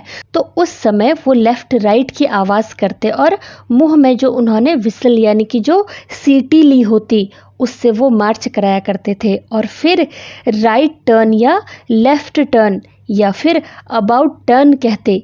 तो राइट टर्न सबको पता है ना, राइट साइड को टर्न करना, लेफ्ट टर्न लेफ्ट साइड को टर्न करना, और अबाउट टर्न का मतलब होता है पूरा का पूरा घूम जाना। तो इस तरह की जब वो कमांड दिया करते और उन कमांड को फॉलो करने में जब छोटे छोटे बूटों की एड़ियों पर दाएं बाएं या एकदम पीछे मुड़कर बूटों की ठक ठक करते, अकड़ कर चलते तो लगता जैसे हम विद्यार्थी नहीं, बहुत महत्वपूर्ण आदमी हो, फौजी जवान। तो लेखक कह रहे हैं कि उनकी कमांड को फॉलो करते समय, कौन सी, जो वो स्काउट के परेड कराते समय बोल रहे हैं, उस समय छोटे छोटे बूटों को पहनकर, बूट का मतलब होता है मोटे तले वाले अंग्रेजी जूते, ठीक है, तो छोटे छोटे बूटों को एड़ियों पर दाएं बाएं या एकदम पीछे मुड़कर बूट से ठक ठक की आवाज़ आती, जब वो परेड करते होंगे ना तो ठक ठक की आवाज़ आती होगी। तो वो कह रहे हैं कि परेड करते समय जब हम अकड़ कर चलते और ठक ठक की आवाज़ आती तो ऐसा लगता कि हम विद्यार्थी नहीं, हम कोई स्टूडेंट नहीं हैं, बल्कि बहुत ही महत्वपूर्ण आदमी हों। कौन? फौजी जवान। अपने आप को वो ऐसा महसूस करते कि हम फौजी जवान यानी आर्मी के जवान हैं। दूसरे विश्व युद्ध का समय था, परंतु हमारी नाभा रियासत का राजा अंग्रेज़ों ने 1923 में ही गिरफ्तार कर लिया था और तमिलनाडु में कोडाई कैनाल में ही जंग शुरू होने से पहले उसका देहांत हो गया था। तो बच्चों, लेखक बता रहे हैं कि दूसरे विश्व युद्ध का समय था। ये बात कब की है? जब दूसरा विश्व युद्ध चल रहा था। लेकिन उनकी जो नाभा रियासत थी, वहाँ का राजा, अंग्रेज़ों ने उसे गिरफ्तार कर लिया था। कब? 1923 में, जो कि तमिलनाडु के कोडाई कैनाल में जंग शुरू होने से पहले ही देहांत हो चुका था। किसका? राजा का देहांत हो चुका था। उस राजा का बेटा, कहते थे, अभी विलायत में पढ़ रहा था। तो जो उस राजा का बेटा था ना, वो अभी विलायत में, विलायत मतलब विदेश में पढ़ रहा था, ऐसा कहा जाता था। इसलिए हमारी देसी रियासत में भी अंग्रेज़ की ही चलती थी। फिर भी राजा के ना रहते अंग्रेज़ हमारी रियासत के गांव से जबरन भर्ती नहीं कर पाया था। और इसीलिए, किस लिए? क्योंकि राजा तो मर चुका है और जो उसका बेटा है वो अभी विलायत में यानी विदेश में पढ़ रहा है। इसलिए हमारी देसी रियासत का मतलब होता है कुछ राज्य जो कि ब्रिटिश के यानी अंग्रेज़ों के सीधे कंट्रोल में नहीं थे, यानी वहाँ पर को जो ऑफिसर थे वो अंग्रेज़ नहीं थे, बल्कि हमारे भारतीय ही थे, लेकिन संधि के द्वारा वो आपस में जुड़े हुए थे। देखो, राजा तो नहीं है, लेकिन अंग्रेज़ों का भी वहाँ पर डायरेक्ट कंट्रोल नहीं है। और इसी कारण जो अंग्रेज़ थे वो उनके गांव से, उनकी रियासत का मतलब होता है राज्य, उनके राज्य के गांव से जबरन यानी कि ज़बरदस्ती भर्ती नहीं कर पाए थे। लोगों को फौज में भर्ती करने के लिए जब कुछ अफसर आते तो उनके साथ कुछ नौटंकी वाले भी हुआ करते।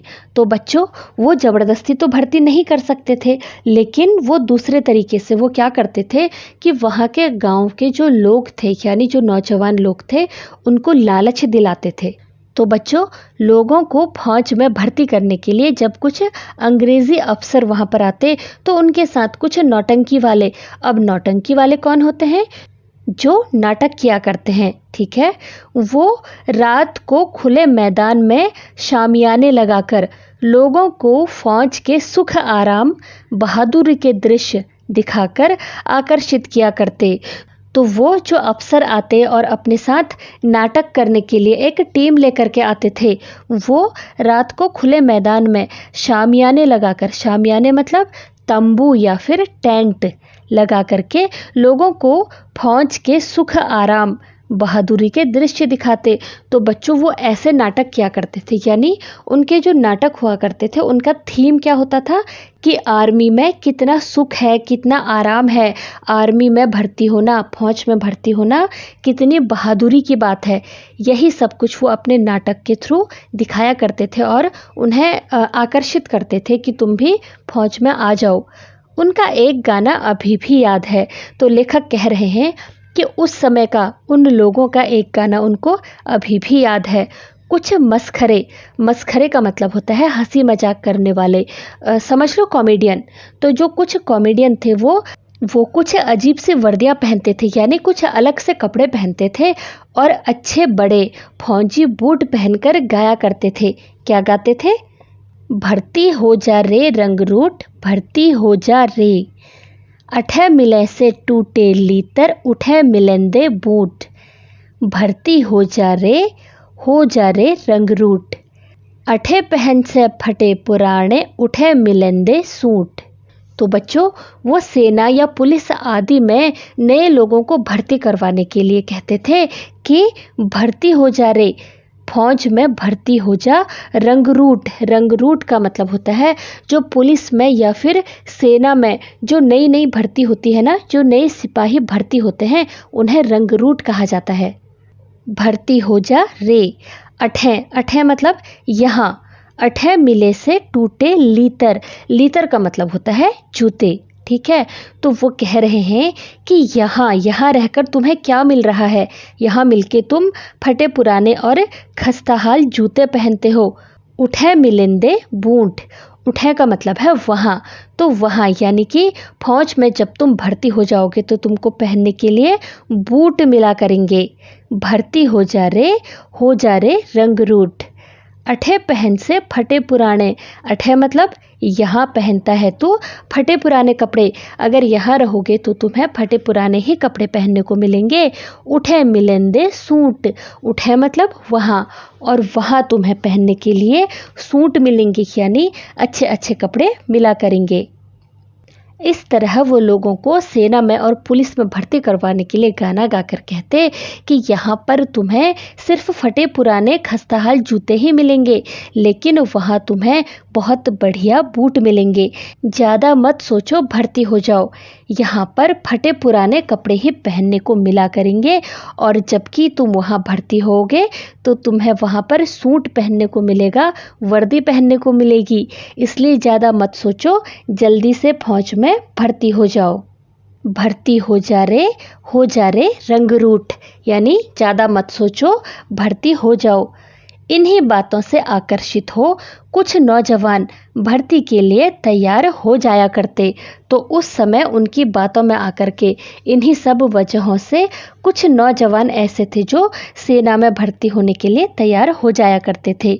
तो लेखक बता रहे हैं कि हमें भी कभी कभी ऐसा महसूस होता था कि हम भी फौजी जवानों से कुछ कम नहीं हैं। और उन्हें ऐसा कब लगता था?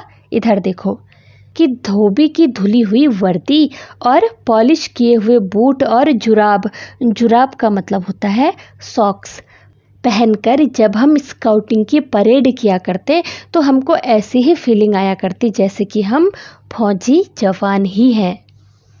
मास्टर प्रीतम चंद को स्कूल के समय में कभी भी हमने मुस्कराते या हंसते ना देखा था। तो वो बता रहे हैं कि जो उनके पीटी टीचर हैं मास्टर प्रीतम चंद, उनको उन्होंने स्कूल के पूरे समय में कभी भी मुस्कुराते या फिर हंसते हुए नहीं देखा था। उनका ठिगना कद, यानी उनका जो छोटा कद था, दुबला पतला परंतु गठीला शरीर। देखने में तो वो दुबले पतले थे, लेकिन गठीला शरीर का मतलब होता है मजबूत शरीर। माता के दागों से भरा चेहरा। तो बच्चों, माता के दाग मतलब चिकन पॉक्स। जब किसी को चिकन पॉक्स हो जाते हैं ना, तो उसमें बहुत सारे दाने हो जाया करते थे, और जब रैशेस टाइप के, और जब वो ठीक होते थे ना तो वहाँ पर को निशान पड़ जाते थे, छोटे छोटे गड्ढे टाइप के ऐसे निशान पड़ते थे। तो उनके चेहरे पर माता के दाग यानी चिकन पॉक्स के दाग से उनका चेहरा भरा हुआ था, और बाज की सी तेज आँखें, उनकी जो आँखें थी वो बाज की तरह थी। खाकी वर्दी, चमड़े के चौड़े पंजों वाले बूट, सभी कुछ ही भयभीत करने वाला हुआ करता। तो लेखक बता रहे हैं कि उनका छोटा कद, उनका जो स्ट्रॉन्ग बॉडी थी, थे दुबले पतले लेकिन बहुत मजबूत थे, और उनके चेहरे पर जो चिकन पॉक्स के निशान थे, उनकी आंखें बाज की तरह तेज थी, और उस पर वो खाकी वर्दी पहनते थे। चमड़े के चौड़े पंजे वाले जो वो बूट यानी जूते पहना करते थे, वो सब कुछ देख करके ही हमें बहुत डर लगता था। ये सारा कुछ ही हमें भयभीत करना यानी हमें डराने के लिए काफ़ी हुआ करता था। उनके बूटों की ऊंची एड़ियों के नीचे भी खुरियां लगी रहती, जैसे तांगे के घोड़े के पैरों में लगी रहती हैं। तो लेखक बता रहे हैं कि उनके जो बूट होते थे, उनके जो जूते थे, उसमें ऊंची एड़ियां थी, यानी ऊंची एड़ियां मतलब शूज़ की जो हील थी, ठीक है, ऊंची एड़ियों के नीचे खुरियां लगी थी, जैसे जो तांगे का घोड़ा होता है उसके पैरों के नीचे भी लगी होती है। क्या आप लोगों को पता है कि घोड़े के जो पाँव होते हैं उसमें नीचे की तरफ से लोहे की एक यू शेप की खुरियाँ ठोकी हुई होती हैं कील के सहारे, ठीक है, उसको घोड़े की नाल भी कहा जाता है। तो ऐसी ही खुरियाँ प्रीतम चंद के बूट के नीचे भी थी। खुरियाँ मतलब समझ गए ना, जूते के नीचे यानी एड़ी के नीचे लोहे की एक लेयर सी लगी होती है, लोहे की एड़ी समझ लो, उसके नीचे लगी होती है, उसे खुरियाँ कहते हैं। अगले हिस्से में पंजों के नीचे मोटे सिरों वाले कील ठुके होते।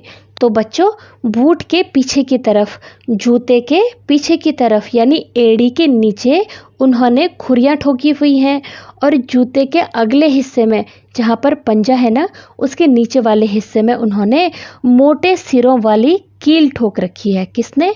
प्रीतम चंद ने। और कहाँ? अपने जूतों में।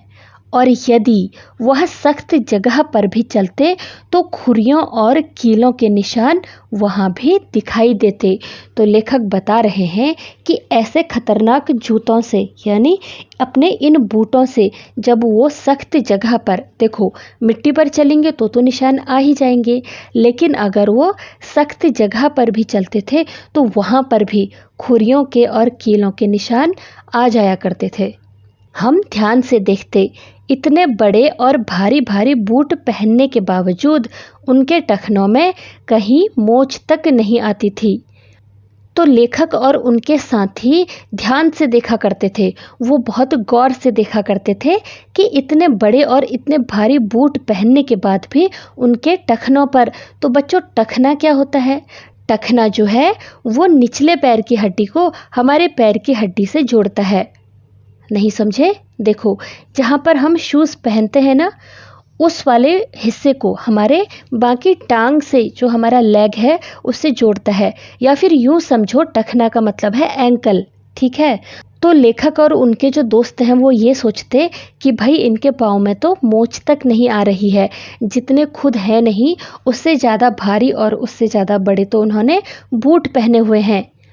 उनको देखकर हम यदि घर वालों से बूटों की मांग करते तो माँ बाप यही कहते कि टखने टेढ़े हो जाएंगे, सारी उम्र सीधे ना चल पाओगे।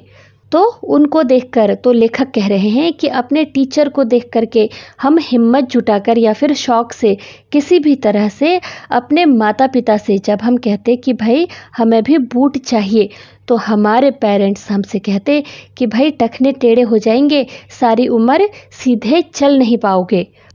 मास्टर प्रीतम चंद से हमारा डरना तो स्वाभाविक था, परंतु हम उनसे नफरत भी करते थे। कारण तो उसका मारपीट था। तो वो कह रहे हैं कि इस नफरत का कारण तो मारपीट ही था, लेकिन हम सभी को, जो मेरी उम्र के थे, वह दिन कभी नहीं भूल पाया जिस दिन वह हमें चौथी श्रेणी में फारसी पढ़ाने लगे थे। हमें उर्दू का तो तीसरी श्रेणी तक अच्छा अभ्यास हो गया था, परंतु फारसी तो अंग्रेज़ी से भी मुश्किल थी।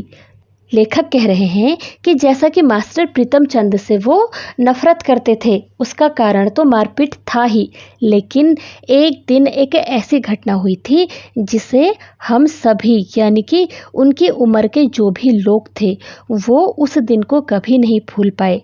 जिस दिन वो चौथी श्रेणी में थे, यानी वो कौन सी क्लास में थे? 4th क्लास में थे, ठीक है, 4th क्लास में थे और फारसी पढ़ा रहे थे। और उनको जो उनके टीचर हैं, कौन? प्रीतम चंद हैं, वो फारसी पढ़ा रहे थे।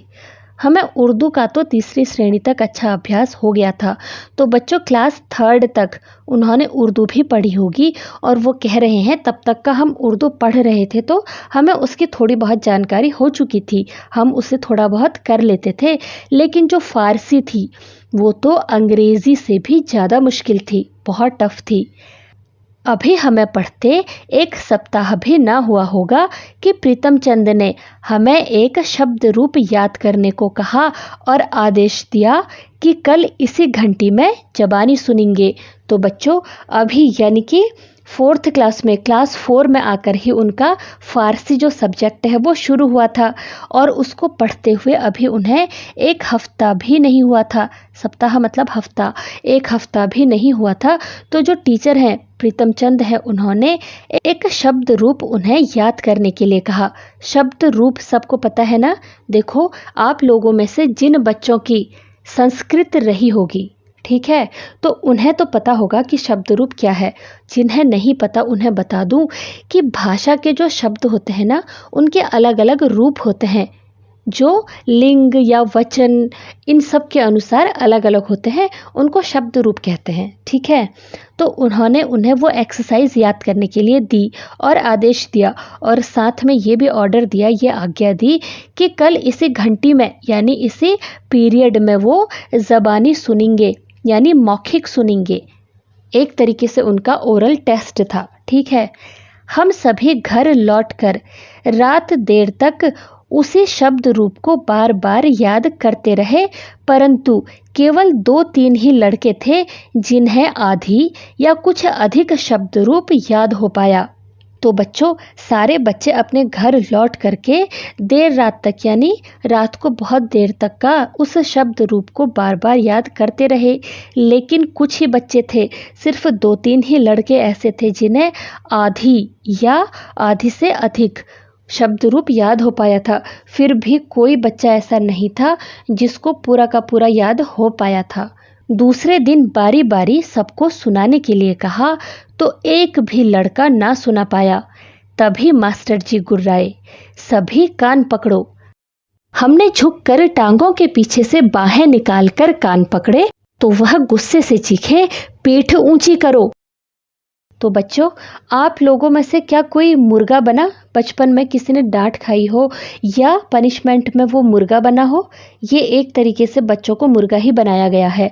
क्या हुआ था देखो, हमने यानी कि लेखक और उनके जो दोस्त हैं उन्होंने झुककर टांगों के पीछे से बाहें निकाल कर कान पकड़े तो वो और जोर से चिल्लाए। गुस्से में वो और जोर से चिल्लाए। उन्होंने कहा, पीठ ऊंची करो। पीठ ऊंची करके कान पकड़ने से 3-4 मिनट में ही टांगों में जलन होने लगती थी। मेरे जैसे कमज़ोर तो टांगों के थकने से कान पकड़े हुए ही गिर पड़ते। तो बच्चों, लेखक कह रहे हैं कि जब उन्होंने पीठ ऊंची करने के लिए कहा तो कान पकड़कर जब पीठ ऊंची करी तो उनके पांव कांपने लग गए होंगे। मेरे जैसे कमज़ोर यानी कि जो लेखक की तरह शरीर से कमज़ोर होंगे, वो टांगों के थकने के कारण कान पकड़े हुए ही गिर पड़ते थे। जब तक मेरी और हरबंस की बारी आई तब तक हेडमास्टर शर्मा जी अपने दफ्तर में आ चुके थे। तो बच्चों, जो बच्चा नहीं सुना पा रहा था उसको पनिशमेंट मिलता जा रहा था और जो कमज़ोर थे वो गिरते भी चले जा रहे थे। तो लेखक कह रहे हैं कि जब तक मेरी और हरबंस की, उनका दोस्त होगा हरबंस, जब तक का लेखक की और उनके दोस्त हरबंस की बारी आती तब तक हेडमास्टर शर्मा जी अपने दफ्तर में यानी अपने ऑफिस में आ चुके थे। जब हमें सजा दी जा रही थी तो उसके कुछ, तो लेखक कह रहे हैं कि जब हमें सजा दी जा रही थी यानी जब हमारी टर्न आई थी सजा पाने की, तो क्या हुआ था, चलो आगे पढ़ते हैं। तो उसके कुछ समय पहले शर्मा जी स्कूल की पूरब की ओर बने सरकारी अस्पताल में डॉक्टर कपलाश से मिलने गए थे। तो वो कह रहे हैं कि जब हमारी बारी आई थी सजा पाने की, जब तक का प्रीतम चंद हम तक पहुंचे थे, उसी समय शर्मा जी अपने ऑफिस में आए थे। वो कहाँ गए थे? स्कूल की पूरब की ओर जो एक सरकारी अस्पताल था वहाँ पर डॉक्टर कपलाश थे, उनसे मिलने के लिए वो गए हुए थे। कौन? जो शर्मा जी थे, जो उनके हेडमास्टर थे। ठीक है, वह दफ्तर के सामने की ओर चले आए। आते ही जो कुछ उन्होंने देखा वह सहन नहीं कर पाए। तो जब शर्मा जी अपने ऑफिस को आ रहे थे वो अपने ऑफिस से सामने की ओर चले आए और आते ही जो कुछ उन्होंने देखा वो सहन नहीं कर पाए। यानी जो उन्होंने सीन देखा, जो दृश्य उन्होंने देखा था, उसको देख करके वो बहुत गुस्सा हुए, वो उसे सहन नहीं कर पाए। शायद यह पहला अवसर था कि वह पीटी प्रीतम चंद की उस बर्बरता को सहन ना कर पाए। बहुत उत्तेजित हो गए थे। तो लेखक कह रहे हैं कि जहाँ तक उनको याद है, शायद ये पहला ही मौका था जब वह मतलब हेडमास्टर शर्मा जी पीटी प्रीतम चंद की उस बर्बरता का मतलब होता है असहनीय पीड़ा देना या असभ्यता या फिर उस जंगलीपन को, उस क्रूरता को शर्मा जी जो है वो सहन नहीं कर पाए थे। बहुत उत्तेजित हो गए थे, मतलब बहुत क्रोधित हो गए थे। उनको बहुत ज़्यादा गुस्सा आ गया था, वो बहुत भड़क गए थे। What are you doing? Is that the way to punish the students of 4th class? Stop it at once.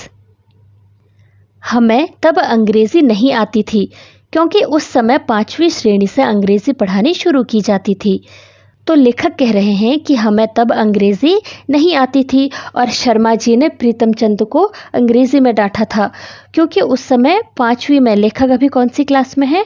Class 4th में है। और तब 5वीं क्लास में आने के बाद अंग्रेज़ी पढ़ानी शुरू करी जाती थी, इसलिए हम नहीं समझ पाए थे कि उनसे क्या कहा था। परंतु हमारे स्कूल के 7वीं 8वीं श्रेणी के लड़कों ने बताया था कि शर्मा जी ने कहा था, क्या करते हो?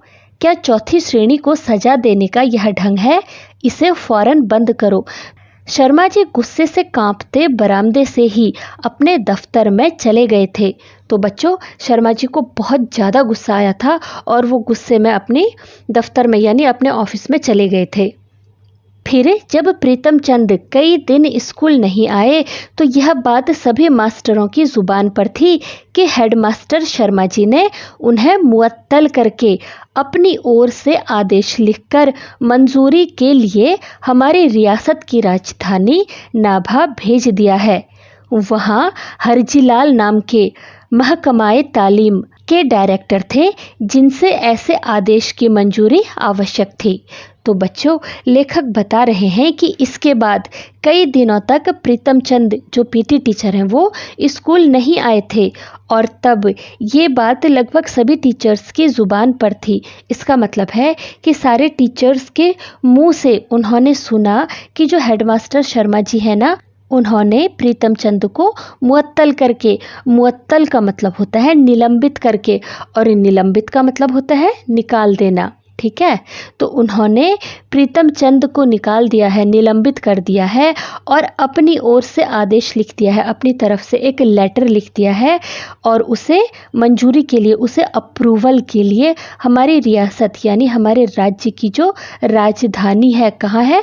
नाभा भेज दिया है।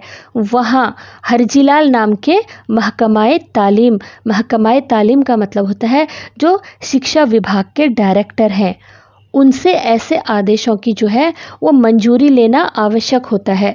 तो इसलिए उन्होंने अपने डायरेक्टर साहब को वो लेटर भेज दिया है कि प्रीतम चंद को तुरंत निलंबित किया जाए। ये एक क्रूर अध्यापक हैं जो बच्चों पर अत्याचार करते हैं, ऐसा ही कुछ उन्होंने लिखा होगा। और ऐसी स्वीकृति यानी ऐसा अप्रूवल मिल जाने के बाद जो प्रीतम चंद है ना, उनको हमेशा के लिए स्कूल से निकाल दिया जाना था।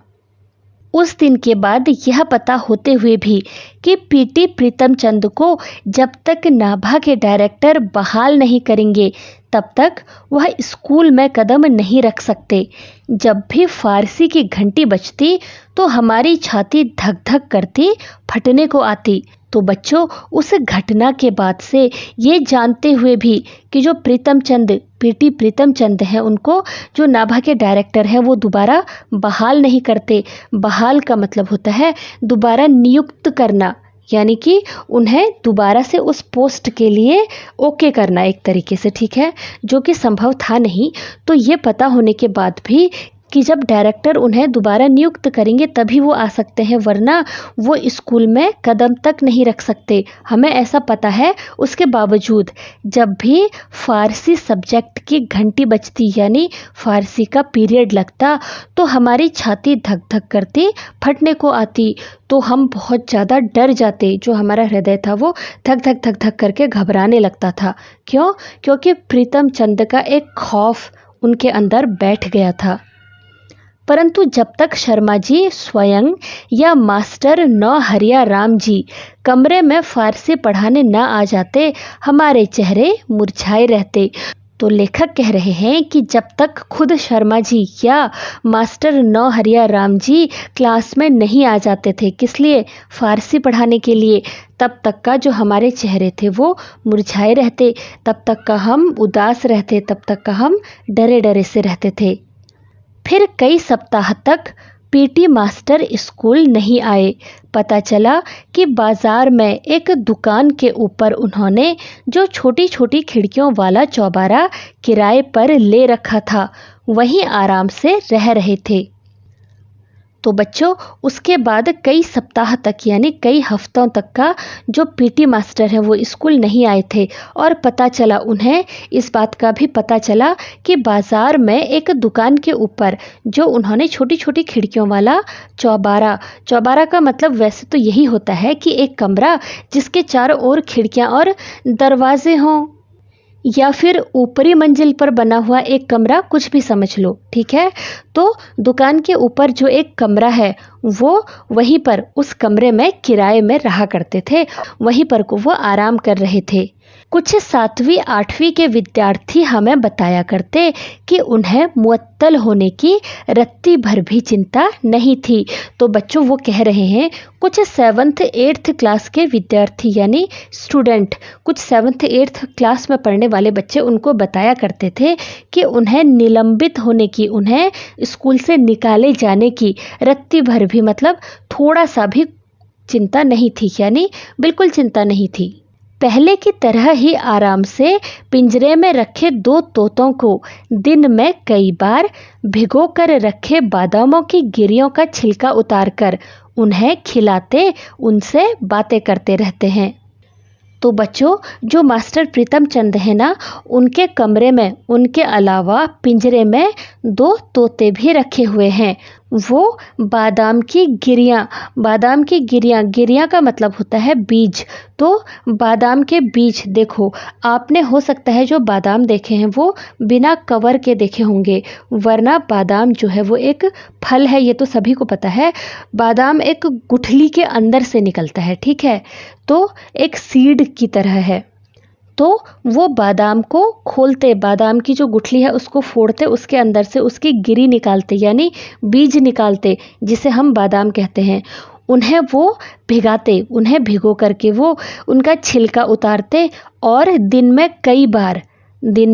2 3 4 5 कई बार वो उस बीज को, उस बादाम को उन तोतों को खिलाते और उन तोतों से बातें करते रहते थे। उनके वे तोते हमने भी कई बार देखे थे। हम उन बड़े लड़कों के साथ उनके चौबारे में गए थे, जो लड़के पीटी साहब के आदेश पर उनके घर का काम करने जाया करते। परंतु हमारे लिए यह चमत्कार ही था कि जो प्रीतम चंद बिल्ला मार मार कर हमारी चमड़ी तक उधेड़ देते, वह अपने तोतों से मीठी मीठी बातें कैसे कर लेते थे।